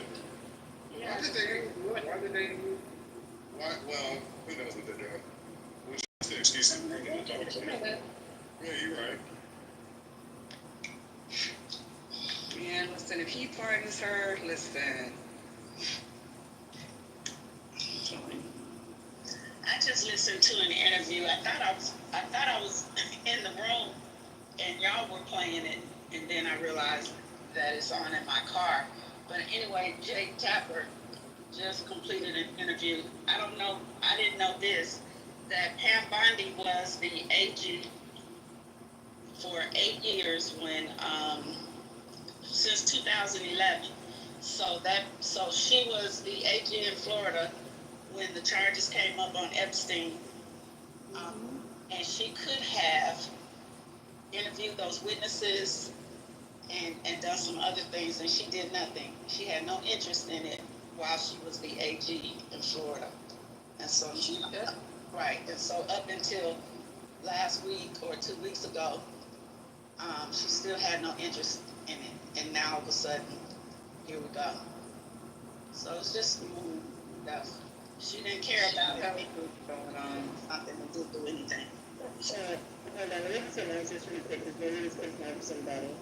If you have like grace activated in a bank, then they do. Because supposedly AI can bypass it. So AI can trick the bank into thinking it's you and give that person access to your account. Put the other in the chat. Sorry, it really just went down here, but it's OpenAI, Sam Altman.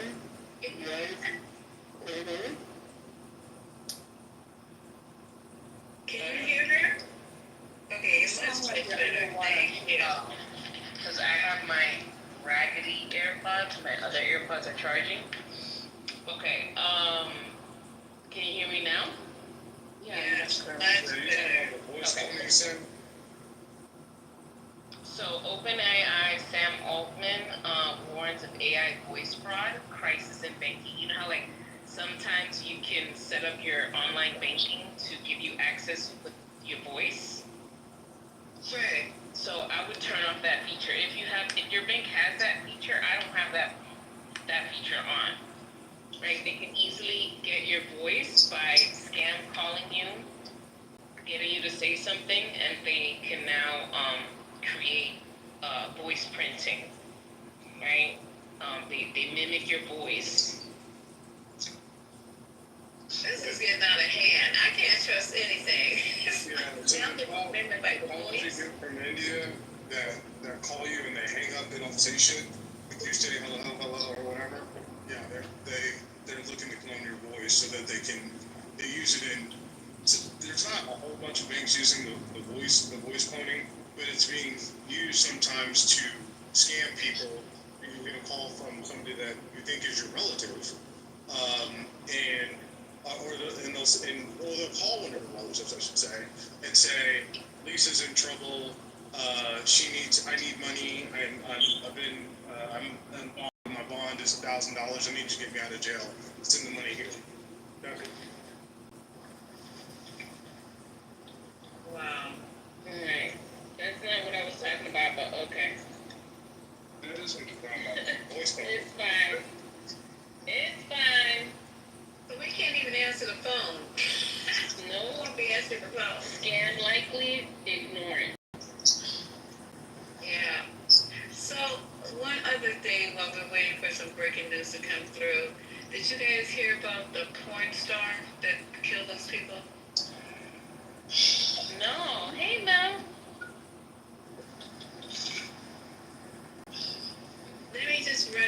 across, you guys. This is a naked porn star dancing and singing while covered in blood from the couple he just murdered. I don't know. Maybe it's me. Maybe I've never read these stories or came across these stories. But there's a whole lot of fuck shit going on. And maybe I've just been like, I don't know, shielded from it all because I'm at work all day. And as soon as I started getting off of work and hanging out with you guys, I've seen more fuck shit than I can ever imagine. But this is this guy. He was a porn star, and they caught him on video in these people's home, dancing naked while covered in blood, moments after he murdered the couple whose decapitated, hacked up bodies he then dumped at a popular UK landmark. His name is Gaston Andreas Mosquera, a 35-year-old Colombian national, and he was convicted Tuesday of murdering Paul Longworth, 74, and his partner Albert Alfonso, 61, in their West London apartment. He was convicted largely based on a chilling video captured on camera while set up to record a sex session, but instead caught him killing the couple and then joyfully singing and dancing while naked and still covered in blood. Oh my God. Do you like it? Mosquera tosses up Alfonso at one point as he stabs him, and hours after he had already battered Longworth to death with a hammer and hid his body under bed covers. This is crazy. I mean, people are absolutely crazy. Ciao. This is crazy. Wow. Yeah, it's just a lot of crazy crap going on. But back to politics. Hey. Look at everybody. Oh, just now you guys showed up. Do you know how long this room's been open? This room's been open since... I sat in the goo all afternoon. Nobody brought me up, man. What? Yes. My shoulder. My shoulder. I had no idea. I got all these mods on the stage. Nobody saw nada. Jesse said he was black. Who? Somebody from the chat, Jesse. I don't know what's going on. Oh, wow. Mm-hmm. Yeah, I don't even know who Jesse is, y'all. You don't remember Jesse? Jesse ain't been around, so I don't know what's going on. Yeah, I don't even know who he somebody is. said the show band. No, I saw it. Really? No, I saw it. Yeah, no, I saw the room from the hallway too. So, because I accidentally fell out the room and had to come back in, so I saw it. Not you fell out. Fell out, girl. You're talking next thing I know, I was in the hallway. Y'all talked to Patty? Oh, she was in the room. No, I know that, but I'm saying, have you talked to her in the last?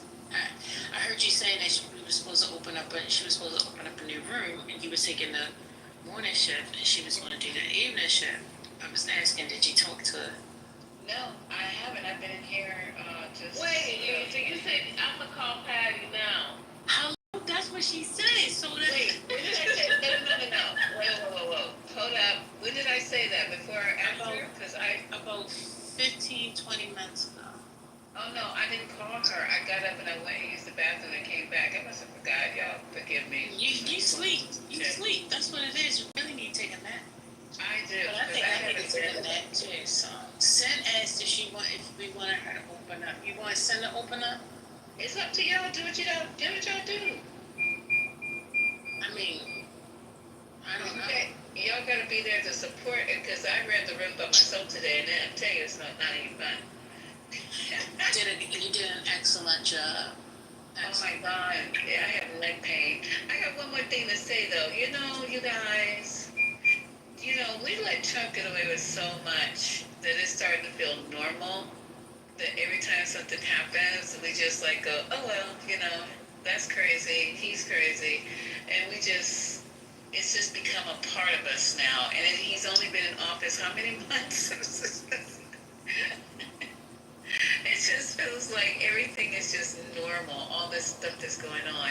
So today, while he was calling Obama all kind of things, but a child of God. He's tracing this person's sedition. He made a phone call to Coca-Cola and decided that he wanted them to change the recipe. Y'all think I kid you not? Man, I was in the federal penitentiary with Diddy, and I was sexually assaulted by Diddy in prison. Oh, in New York. Lord. Go lay down. This nigga, Go this lay down. me in prison. Okay. This is not the couch. Go lay down. This is not the couch, bro. Anyway, he called Coca-Cola up. Now, Coca-Cola said, because he doesn't like the sweetener they were using, so he wants them to use just cane sugar, like the one they sell in Mexico. Yes, I'm kind of in agreement with that.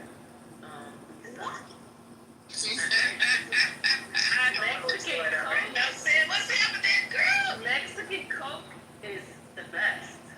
Okay?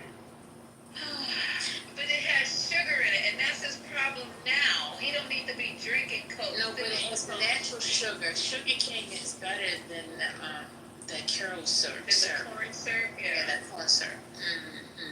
Yeah. Wait till you get that rum and coke with that real Oh my God! Thanks for adding to the power. Come on down here, get that real coke in, that real coke and rum in. Havana Club. You tried Havana Club, Havana Club actually said Diplomatica. Oh, that's what Havana Club. You'll get you a bottle of Diplomatica. They turned me on to it down here. Is that cute? Yeah, it's not cheap, and I think it's Nicaraguan. I don't know, but when I tell you with that real Coke, with that what I call real Coke now, that Mexican Coke, oh shit, let me tell you. Yeah, they have that type of Coke over here because we have like acidic juice. So they make their own Coke for them, and it has a green top or some shit. So for a certain, dead ass, they have like a holiday. So they sell them as Coca-Cola. It's not no generic whatever. It's Coca-Cola has a different color top. That way you can tell it's for them. Well, I ain't never heard. But you gotta be at the Jewish stores in yeah, you gotta be in the Jewish, you gotta be in that side of Williamsburg, right? Wow. I didn't even know all this stuff. I didn't know Coca-Cola likes to customize their soda. Let me call them up and tell them to put the rum in it for Trent.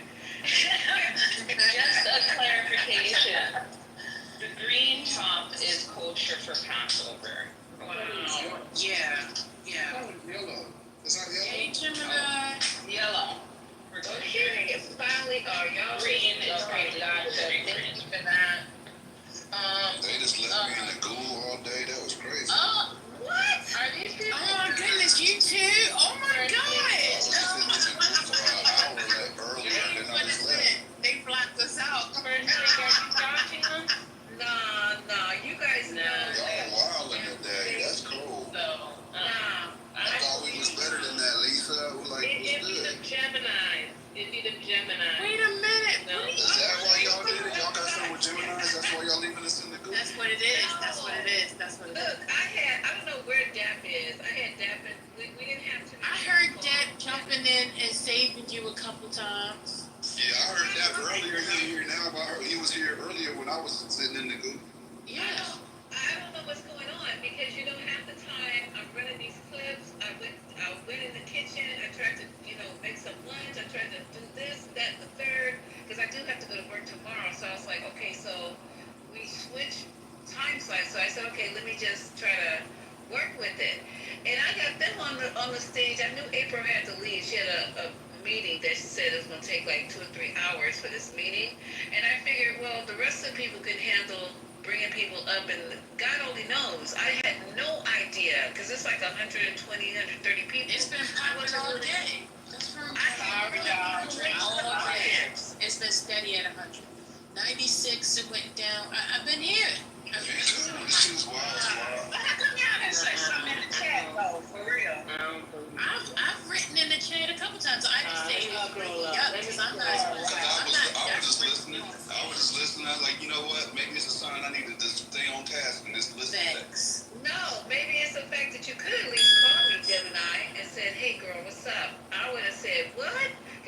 good and well I needed the help. It's like I was like, you know, it was a little this and a little that. I was no way would I left you guys in the audience. For real though, because I had Sweet up here doing the, what was that about? I was like, Y'all give him a lot of space to breathe. Somebody I know, I don't understand. But see, like I said, I was doing, and that was, wow, oh my God, what was that about? Yo, it's funny because I literally timed Sweet. He can speak for 6 minutes straight. And he would always say, oh, y'all don't want to hear this though. Y'all blocking, you know, my speech or whatever. I'm like, he doesn't understand that he speaks a lot up in, like, but for him, it's like he doesn't speak at all. I don't know. He can go for 12 minutes, and then you say, well, okay, let me not, well, okay, that's okay. That's all right. Y'all don't want to hear it. Y'all don't want to hear it. It's like, he told me, I ain't ready for this. Where's the people? I really, you know. But Lisa, you went on your Kim Cuts right earlier. I put in there Lisa Cuts. Hey, when you start coming for the home to man, I can look up to. Child, you was mad about that on MLK, okay? Yeah, I'm not playing. Anthony was here. Let me see. Nate was here. Yeah, I was here. Anthony could be, was he on the stage? Because I know he could barely stay quiet. What was that? You were, y'all were conversing back and forth. No, that was early, but then he disappeared. So I remember. Oh, I don't know if he disappeared. You know, he's you know, goes out the back door now. So. He slithers out. He took. Listen. I wasn't gonna say that. He slithers. I'll say it. That's nice. But we got no MAGAs to come up and defend. Yeah, where are they? I'm starting to put an SOS out because usually my MAGAs will come and stop by every once in a while, and y'all, put y'all in a tizzy. I haven't seen a good MAGA in days. Just throw them out. You're ain't no such thing as a good MAGA. You mean a MAGA? I mean a good MAGA. We haven't been able to talk about none of this with our MAGA crew. None of this gasoline shit, no MLK shit I want to throw, at them. Obama, you think they'd be in here celebrating as they get ready to take down Obama? I text Anthony earlier. I sent him the video that Trump posted. And I don't know if y'all watched that video or not. But if you watch that video, it wasn't just that he was being arrested. It was that he was forced to kneel at Trump's feet as he was arrested. Right? So there's a lot of racial overtones to that, yes. Right? Like, even if you want somebody arrested, the fact that you want them kneeling in front of you as it happens is very, it's like you're trying to empower yourself. Yes. You're trying to show that you're on a different level of prestige than this person that's being kneeled down and arrested in front of you. Like, there's some racial overtones to that. Yes. And anybody that denies that is on a common status that I can't even begin to describe.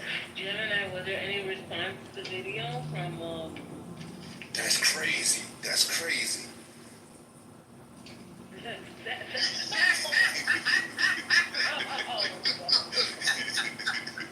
It took a minute.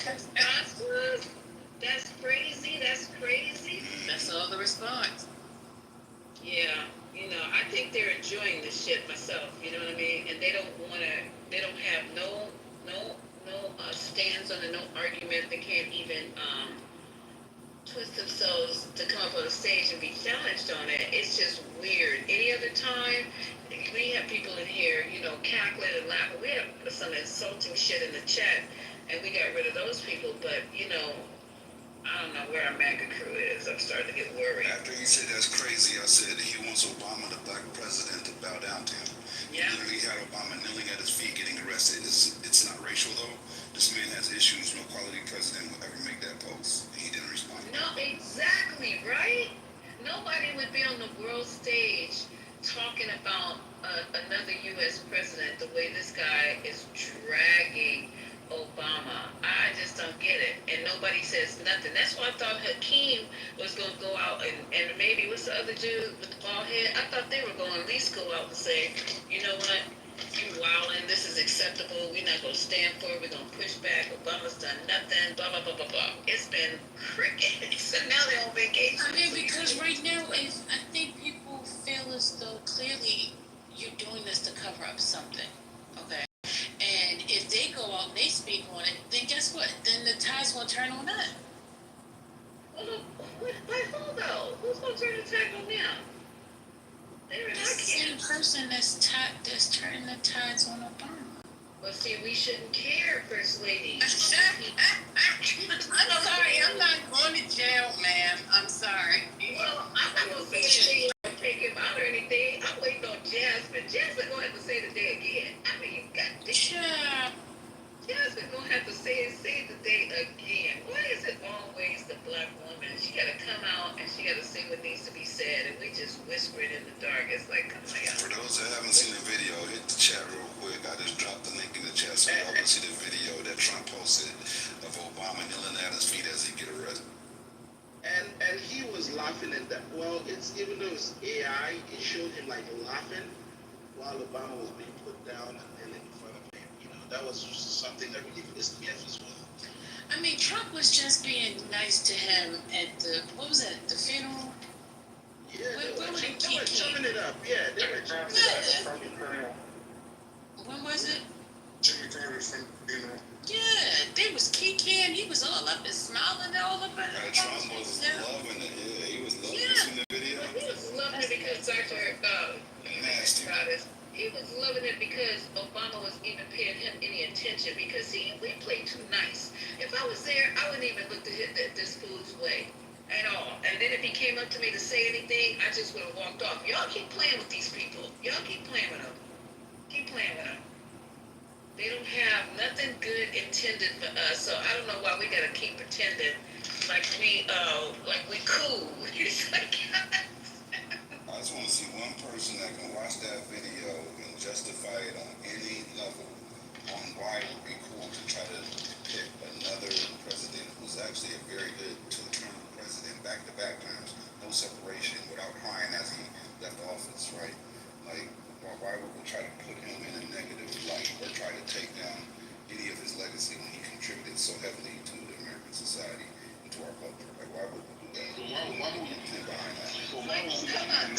First of all, he's trying to take down a bigger icon. I don't know if he's bigger. I would say equivalent, but Obama's up there with MJ to me. Like at this point, he's with Martin Luther King. Yes, 1,000%. I put them at the same. Yeah, he's up there. Wow, I do.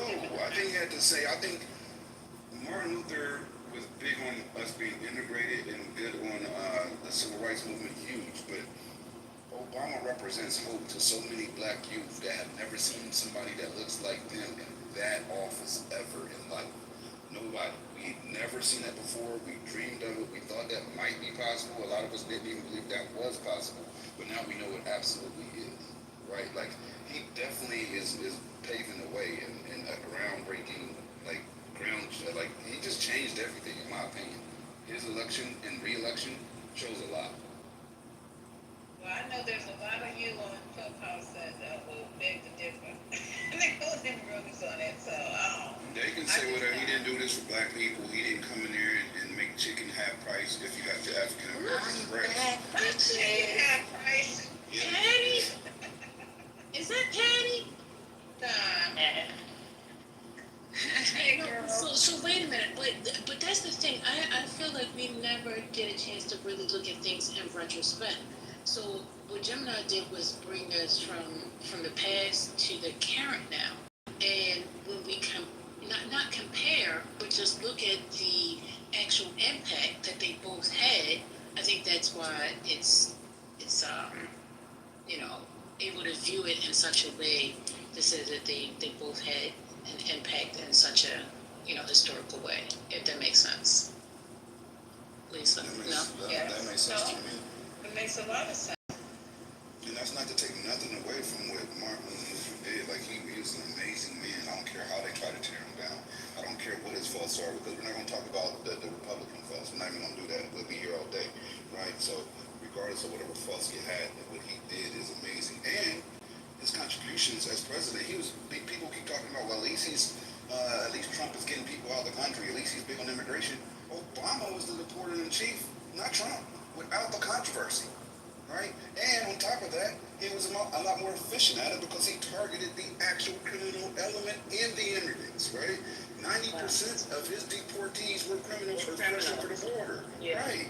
He wasn't going after families and people at court that were trying to do it the right way, right? So, I don't know. Well, to make you guys feel a little bit better about this, in New York, the ICE showed up at a immigration hearing, but guess what? And arrested the person at the hearing and ready to deport him. But to make y'all